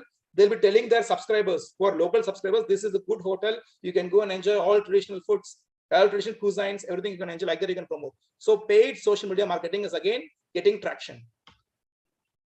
And then, so in traditional marketing, if you are publishing newspaper, there what you have to pay a certain amount to newspaper. But when it comes to digital marketing, there the payment mode is different. If you are a seller, you can pay by CPM. What is that? CPM stands for not Communist Party Marxist. It is CPM is cost per 1,000 impressions. If I am placing my ad, okay, then how many impressions are there? For example, for 1,000 impressions, we can have $1. Like that, I can have a deal with the company. Then cost per click. Thing is that all impressions are not conversions. Just because I'm seeing it, that is impression, right? That won't get converted to buying. Then cost per. Apart from seeing what is their impression, then what we have is cost per click. After seeing it and clicking on it, that is CPC, cost per, that is different. Then what we have is CPL. After clicking it, I am led to a platform. I'm seeing advertisement, that is CPM, payment over there. Then CPC, cost, I'm clicking over there. Then that click is leading me to another platform like Amazon or Flipkart. That is cost per lead. Then what we have is CPA, cost per acquisition. After going to that platform, if I'm purchasing it, then the amount is different. So all these are digital marketing payment channels. If you want to promote your brand, you have to go for all these things. Now what we have is, we have got AI. The power of AI has made CPM or CPC redundant. It is of no longer any use. There is no need to worry about CPC, because if I'm clicking it now, it is not going to convert to buying, right? So we have AI that will understand what my behavior is, what is my preference, what is my attitude, everything it will analyze. Then it will convert to something else using algorithm. In that AI-driven marketing will make me to become a potential buyer. Okay. Then if you are promoting your brand through all these clicks, CPC, CPM and all, now, then we can get more traffic to website, which is organic. That is on its own, it's coming referral or social segments. Then we can also generate leads and sales by catching search traffic. Once I'm searching something now, that search is catched, it will be converted leads. That leads will take me to a platform where things are being sold. So here we can, by this we can promote farm agriculture brand recognition for competing against any dominant competitor. Reliance is, for example, 50 years old. Tata is 70 years old. Adani is 40 years old. They are big companies. But if you are starting a new company, if you are perfect in digital marketing, if you are really good in unleashing the power of AI, then within a short time period, say 2 or 3 years, you can give heavy competition to established players. If your product is too good, you can easily get the attention of customers by innovative marketing, which is possible in digital marketing. So that is what is a great leveler. Whether you are a 1,000 crore company or whether you are a 10 lakh company, both will be given same preference by the buyer. Maybe the buyer will have some kind of preference over Tata because of brand cautiousness. But if you are a new company, you can also promote it on equal, if not an equal scale, on equal platform. That is why it is a equalizer. Then let us see some success stories in digital marketing. First is ODOP. We know what is ODOP, right? What is this? One district, one product. One district, one product is being promoted by Government of India, right? Along the state governments. So in UP, the government agency promoting one district, one product has tied up with Flipkart, has joined with Flipkart, and they are promoting all local products in a district, one product. For example, we can see locks from Aligarh, we can have leather products from Agra, toys from Varanasi, wheat stock from Bahraich. So all these are promoted over online. The government agency joining hands with Flipkart, and they have realized returns. So in 1 year, the ODOP agency of UP government, they have realized rupees 1,000 crore turnover. Now imagine a traditional marketing. You will be establishing stalls, some stalls in universities or KVKs or in melas and fairs. You'll be establishing your stalls, and then we'll be having limited people coming in buying a product. But now using Flipkart e-commerce platform, you're just having an MOU and you're selling whatever you're promoting. The government agency is promoting, that is reliability. So customers are highly satisfied about reliability. And then it is about the location specific products, which is not possible to obtain in any other parts of the country. So if I want to buy wheat stock craft of Bahraich, if my pronunciation is correct, then I have to buy only from Bahraich. I cannot go to Bahraich, but from here in Junagadh, I can buy from Flipkart. So in this way, this is one revolution where a government program can be made successful by digital touch. This is one example. Then what we have is, this is really beautiful. Like mall, Reliance Mall, like we have Fab Mall, we have Animal. What is Animal is? It's a mobile app where we can sell animals. Okay, right now, if you want to sell animals, you have to go to a cattle fair. It is purely unorganized. Even if you go to Rajasthan's cattle fair, Pushkar, I feel, there it is unorganized, it's a carnival, it's a festival. There is no buying and selling place. But here, 3 IIT girl students, they created this mobile app called animal.in, using which they are buying and selling cattle. Like if I'm searching for it, you see, I'm getting, Junagadh base, it is custom, Junagadh Taluka. In Junagadh, 5 liter Shamta Gir Gai, 30,000 rupees. So I can purchase animals from this app. What about, the features of the cow? So I can use the option over here. You see, what is this? WhatsApp option. Using this, I can ask the seller to show me the video, to show me live video. Which cow you are going to sell me? Show me the Gir cow. So one, I'm searching from Junagadh. I'm given location specific animals. I'm given. Apart from that, I have options of call. Apart from video option, I can see actually. So this is one disruptor, because nobody was thinking, because this looks easy right now. Okay, we can create a mobile app for animals, but this is a disruptor because nobody else thought of it. We were depending on melas, fairs like Pushkar, cattle mela. But right now, over online, over digital platform, we can buy and sell animals. You see, we can also bargain over here. Everything is over here. We can share. in Facebook, we can share in WhatsApp, we can share in Google, everywhere we can share also. So this company, it is only 2 years old and it has raised a capital of rupees 102 crores, 100 crores, working capital or fixed capital. This company has raised from other promoters in a span of 2 years.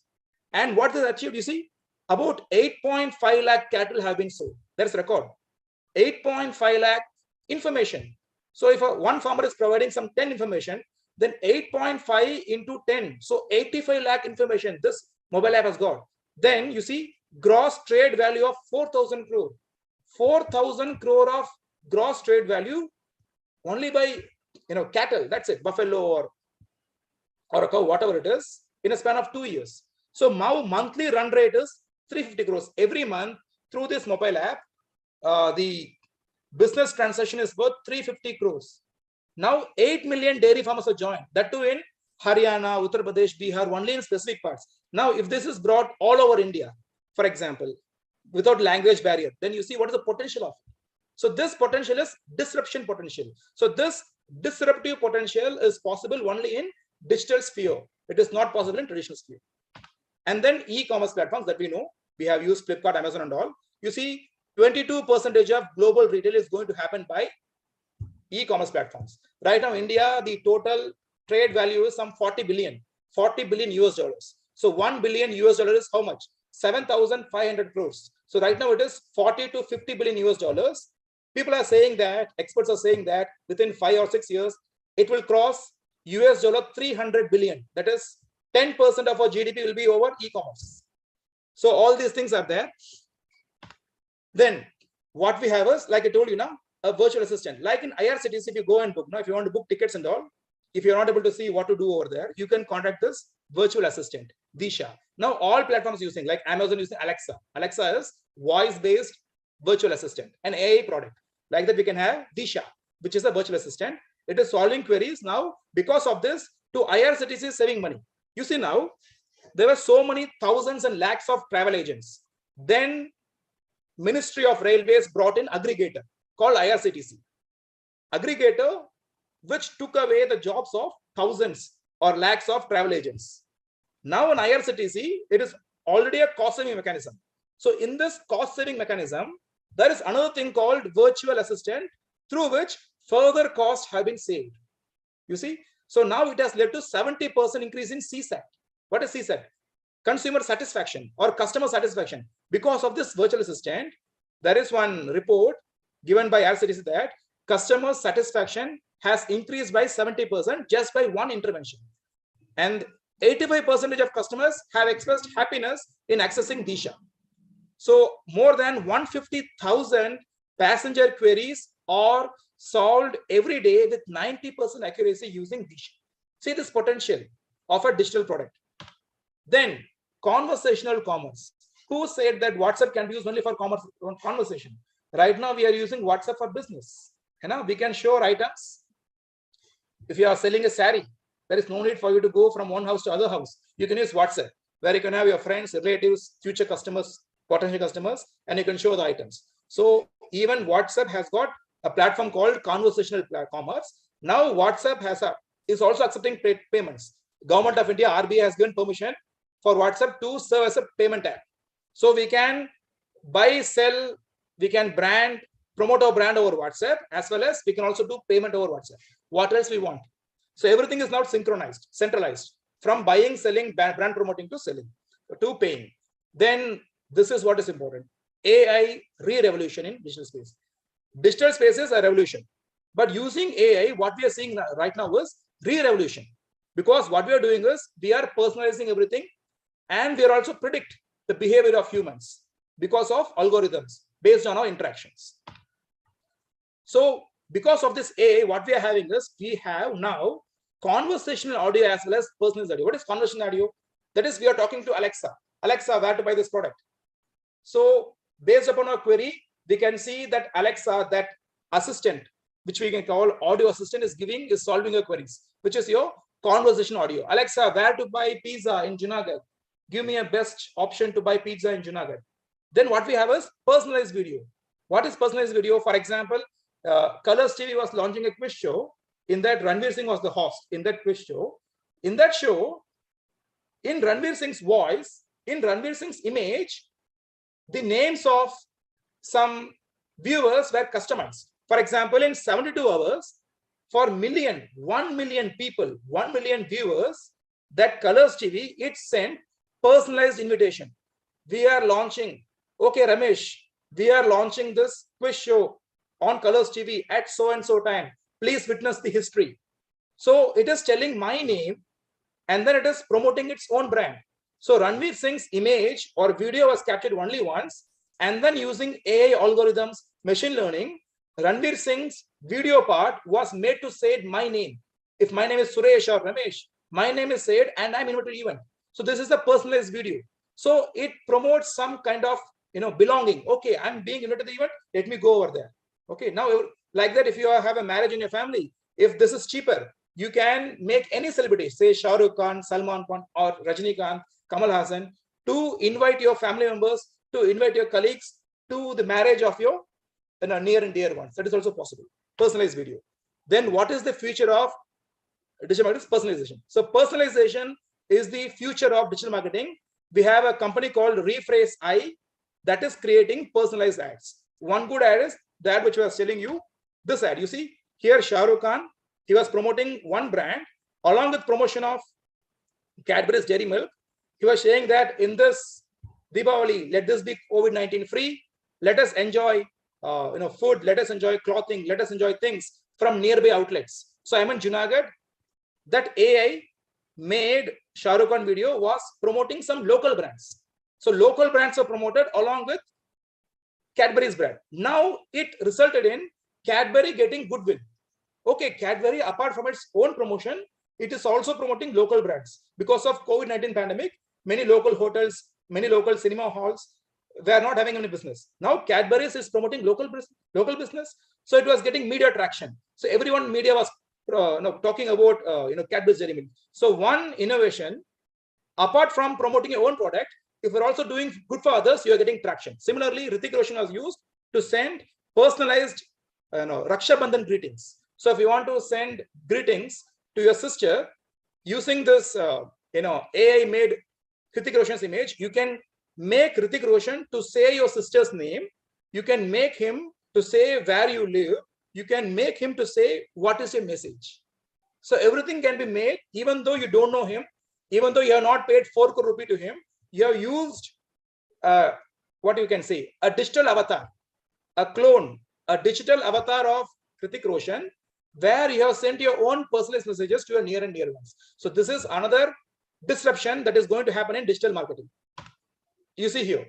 Now you see, this is one frame. In this frame, you see all the local markets, all the local companies are being promoted. You see JS Jewellers, Gautam Nagar, RR Electronics in some Delhi area, Vijay Departmental Store, from where you can buy it. If you want to buy this chudidar, you can go to this designer. If you want to go for this spectacle, eyeglasses, you can go for Gautam Eye Care. If you want to go for this jewel, you can go to JS Jewellers. So in one frame, you are promoting so many local sellers, and then you are promoting brand, you are earning goodwill, you are promoting your brand, you are getting media transaction, you are getting good words from all celebrities, from leaders. Okay, Cadbury is doing really good things. So all these things are possible in digital marketing. So like promoting Cadbury Dairy Milk, like Castrol Power, they were using Tiger Shroff. So Tiger Shroff was selling individual messages to dealers and all the wholesalers, dealers, and distribution agents. So if you want to preserve your networking, because there is competition, and you want to maintain your networking of dealers, distributors, wholesalers, and sub-dealers, then you have to do some innovations. You have to send some personalized messages by some personality. In that way, you can maintain your value chain channel. And this is the FB, this is like marketing of organic honey using FB. So FB, which was used for sharing your feelings, sharing your good things about the contact, building your network. Now it is being used for promoting a product, organic honey component. So in this Facebook ad, you won't be getting just how many people saw your ad, how many people clicked your ad. It also answers queries. Apart from that, it can also show you how many liked and how many disliked, and comments. You can see all the comments also. If your honey is good, you can give good, okay, the honey is really good. So that comment is the review. So by that review, many people seeing your page, thinking of buying organic honey, they'll be motivated to buy a product. And then Kisan Rath. So during COVID-19 pandemic, the government of India was giving this Kisan Rath, a mobile app.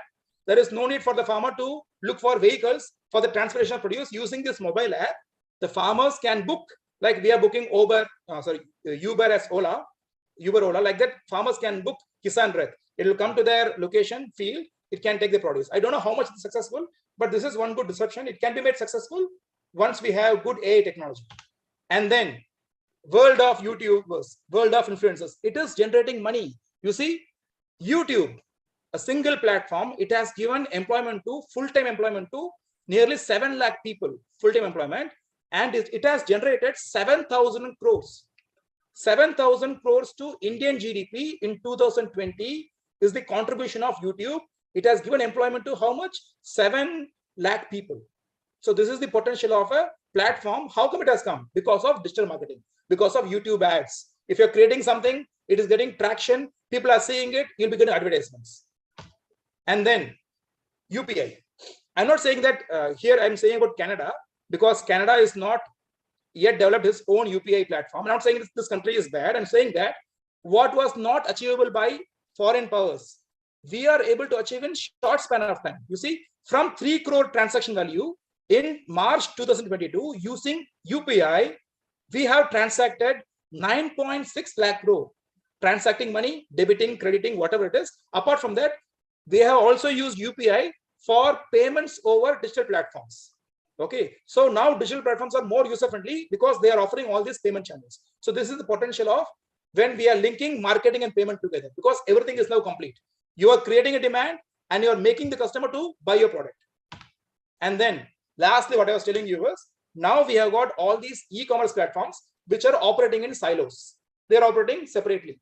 Now, how to bring everyone in one platform? For that, we need one UPI-like intervention, unified payment interface, where we have brought everything, literally from Paytm to Amazon Pay to Phone Pay. Everyone is in one platform.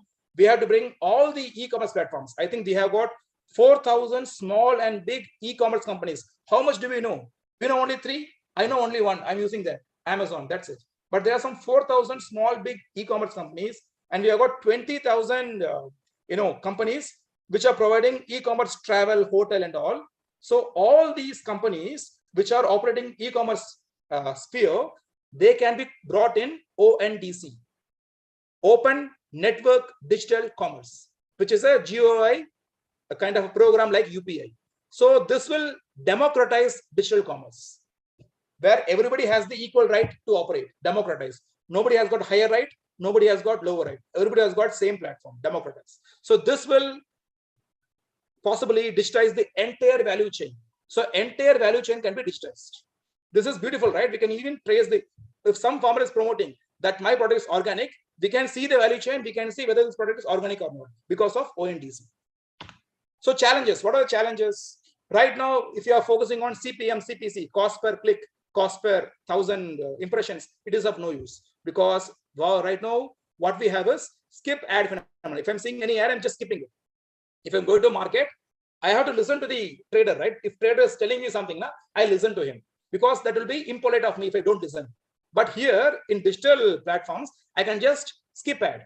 So that is one challenge, how to avoid that skip ad phenomenon. And then it is always possible, for example, some companies whom you have given the task of promotion, they'll be using some bots. Bots are artificial humans, like robots. So they'll be using bots, and they'll be showing you, you see, your brand is getting promoted because you see so many views, so many comments, they're bots. So that is another thing. That thing has to be somewhat managed.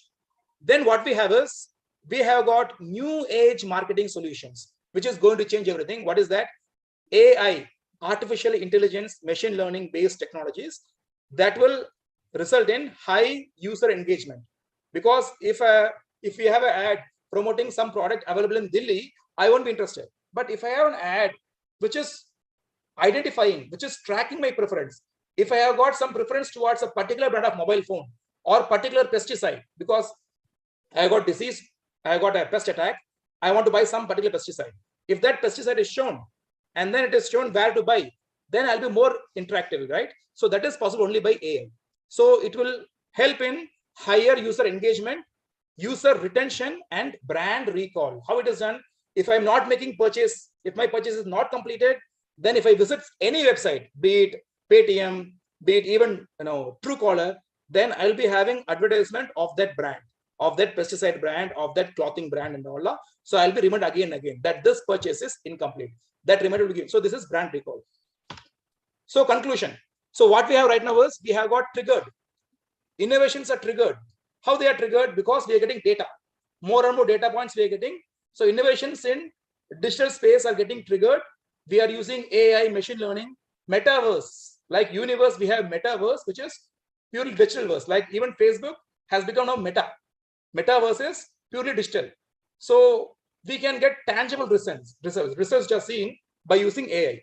And then farmers as well as rural marketers like artisans, like economically disadvantaged people, they should not be left out of this digital revolution. So for this, we have to make sure that they get affordable as well as accessible digital space where they can interact with customers, consumers, where they can directly sell.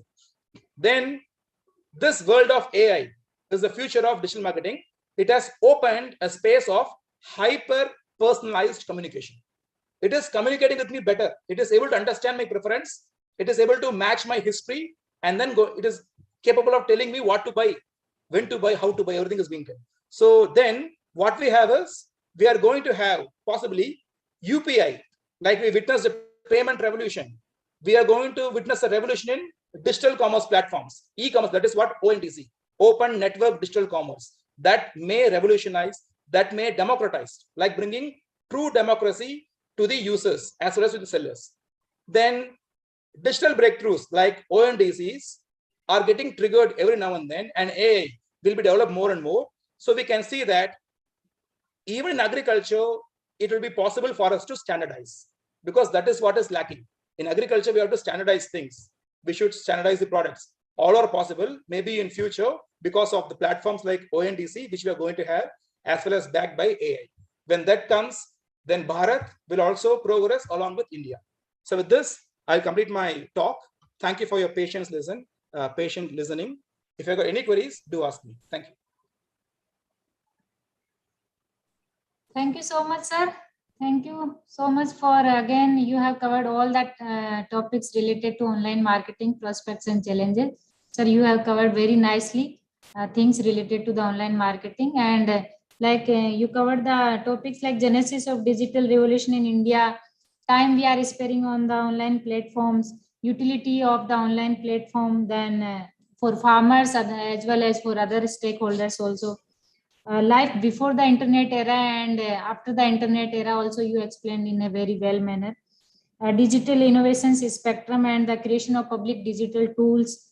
What is e-marketing? Then the difference between traditional marketing and the e-marketing. Advantage of online marketing. There are many advantages we are having in today's era for the online marketing also. You have narrated in a very well and nice manner. Again, the advantage of online marketing, e-marketing strategies, social media channels, prospects, and online marketing. Then challenges, obviously we are having the challenges before these online platforms for using our stakeholders and particularly for our farmers also. Then success stories of one district and one product also you have explained in a very well and a very good manner. Challenges and way forward. So these are some majorly topics which you have covered in your speech and your talk. So it's a very nice, good experience for us, sir. So thanks again for all these things. And sir, I want to put some questions before you. Only 2 and 3 questions are there. Okay. Like farmers don't assess online market up to the mark, because we know that there are many issues before the farmers to assess the online platforms. So what are the steps should be need to taken? More number of farmers, they interact on the online platforms and they connected to the online platforms. So what is your view, sir, regarding that? I think farmers are ready. Farmers are ready to use. Like I said, the data says that we have got 75 crore netizens. That is 75 crore population use smartphones. So what is now needed is A&A. We have to focus on affordability and we have to focus more on accessibility. even in urban areas, we don't have good bandwidth as well as we don't have good speed. When you take rural areas where farmers are not able to make a call satisfactorily, and how we can expect them to enter digital space. So maybe, as I told you, Government of India is thinking all those lines. And even in Naxal infected areas, Government of India is going to promote digital marketing or digital sphere with 15,000 crores. In India, what we have is, we can see data is cheaper than Atta. Atta is costlier, data is cheaper. So that impact has to go to farmers.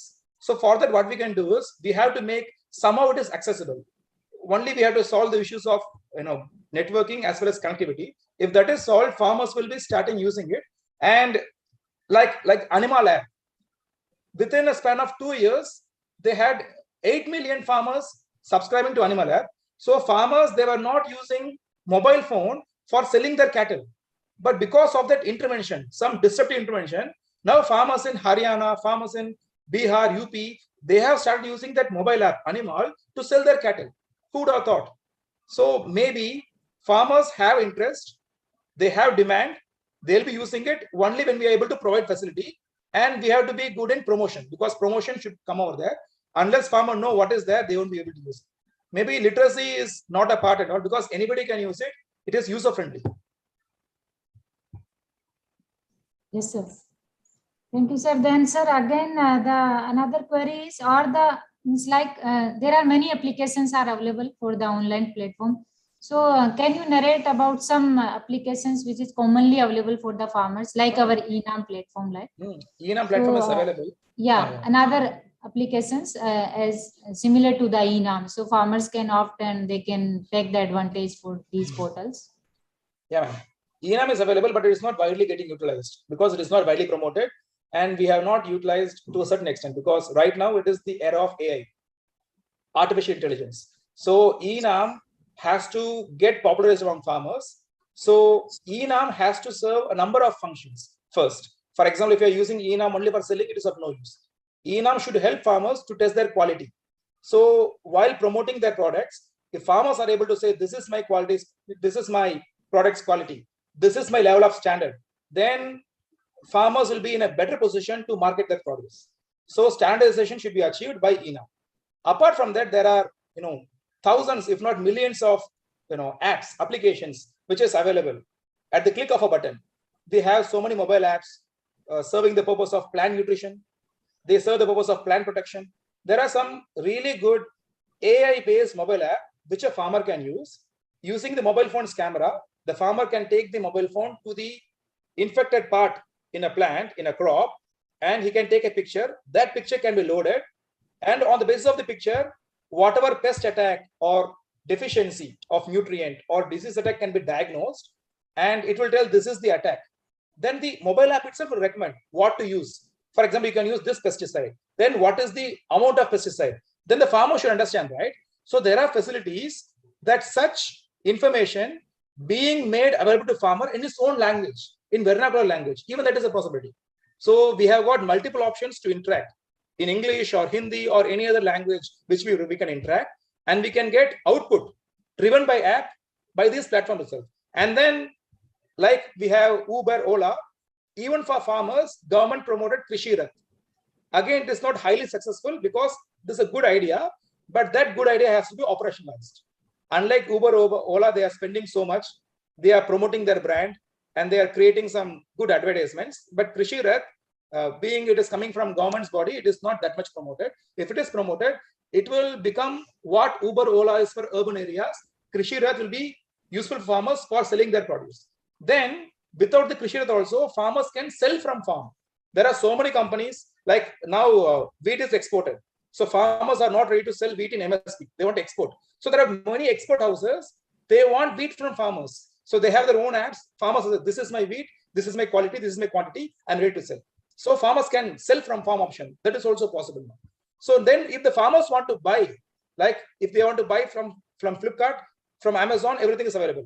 But there are so many input supplying companies. They have their own mobile app where the farmers can interact. They can decide the product, they can buy directly. So farmers need not go to nearby towns. They need not go to nearby cities to for buying inputs. inputs will come to the doorstep of farmers, given there is coverage. So all these are immense of possibilities, but the farmers can sell, the farmers can buy, they can also buy insurance. Now, if the farmers are not buying insurance, we can have customized insurance. For example, instead of the farmers should pay thousands of rupees, every day the farmer should pay 10 rupees. So 10 rupees per day, like that of microfinance, we have micro insurance. There is no need to pay 1,000 rupees. So how we are getting this data? Because farmers have interest in buying insurance, whether livestock insurance, because if the farmer wants to sell his livestock in animal, then it should have insurance. So like livestock insurance, the farmers are willing to buy, but they are not ready to pay thousands of rupees. So company gets information. We have got payment channel. So through which the farmer deposits 10 rupees every day. So like that, all the products of banking insurance can be promoted. So there are n number of ways in which we can make digital marketing possible for the farmer to participate, to benefit as well as to buy.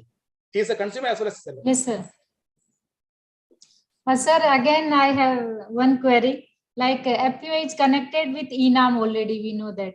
And how it will be beneficial to the farmers and our other stakeholders, because nowadays FPO is a very good model and everybody is talking about that FPO. So other than ENAM, how we can connect the FPOs with other portals and other online portals so they can take the more benefits? Already it is happening on a wider scale. When there are some FPOs which are highly successful, they're using YouTube channels. They have their own YouTube channels where they are talking about what the products. They have their own Facebook pages. They have their own Instagrams. So the farmers are active, even though they have their own life, which is full of drudgery, which is full of physical works. They have their own work. They're also enjoying digital sphere. They are in Facebook, Twitter, Instagram, everywhere. So these FPOs, their own web pages. Some FPOs have their own websites, and some FPOs have their own virtual assistants. If I want to buy some product, I can ask the virtual assistant. Like Alexa, they have their own little lesser version of that. So apart from this ENAM, there are so many options, because ENAM is one option. That is not the only option. ENAM is one option where we can sell or where we can promote our brand. Apart from that, there are so many options. Even social media, which we are utilizing some 5 years, like Orkut. When we had Orkut, nobody would have thought that Orkut would be replaced by Facebook. We are using Orkut to connect people. Then came Facebook. Now Facebook has become Meta, because Facebook is not just connecting people. It is connecting ideas. It is connecting your customer with the seller. Everything is being done. So apart from ENAM, we can use all these platforms. Even YouTube can be used. Even Facebook ID, Twitter, everything can be used. Even a simple web page. Or like if you have a web page, if it is not getting enough views, we can place ad. Google ad feature we can use. And Google, whatever search is made in your particular location, it will put your website coming in first page. Any link about your company will come in the first page. In that way, you can promote your brand. Once it is promoted, once it's getting more and more views, and then you can think of so many other options also. Okay, thank you so much, sir. You have answered all the questions very nicely, and you have that topic very rich and very wide coverage you covered in the session. So thanks a lot for the good and very nice session, sir. Now, one announcement for the participants. We will on the platform 2:30. So up to 2:30, we are having the lunch, and we will start our third session at the 2:30 p.m. So please join us with all of us or at 2:30. And I would especially like to thank NAHEP team of IABMI as well as Department of Agriculture Economics, especially Dr. Pundir sir and Ganga Devi madam, for giving me this wonderful opportunity, as well as for the participants who are there in YouTube for patiently listening to this lecture and also raising some queries. I can be contacted at my email if you've got any queries, because I'm also learning. Like whatever you learned, I'm also learning. No, so I can be contacted. So whatever I know, I'll be telling you. Whatever information I have got, materials, I'll be sharing with you. Thank you. Yeah. Thank you, sir. Thanks a lot, sir. Thank you. So again, we will meet at 2:30 p.m. It is for the announcement for the participants. Thanks a lot, everyone. Thank you so much.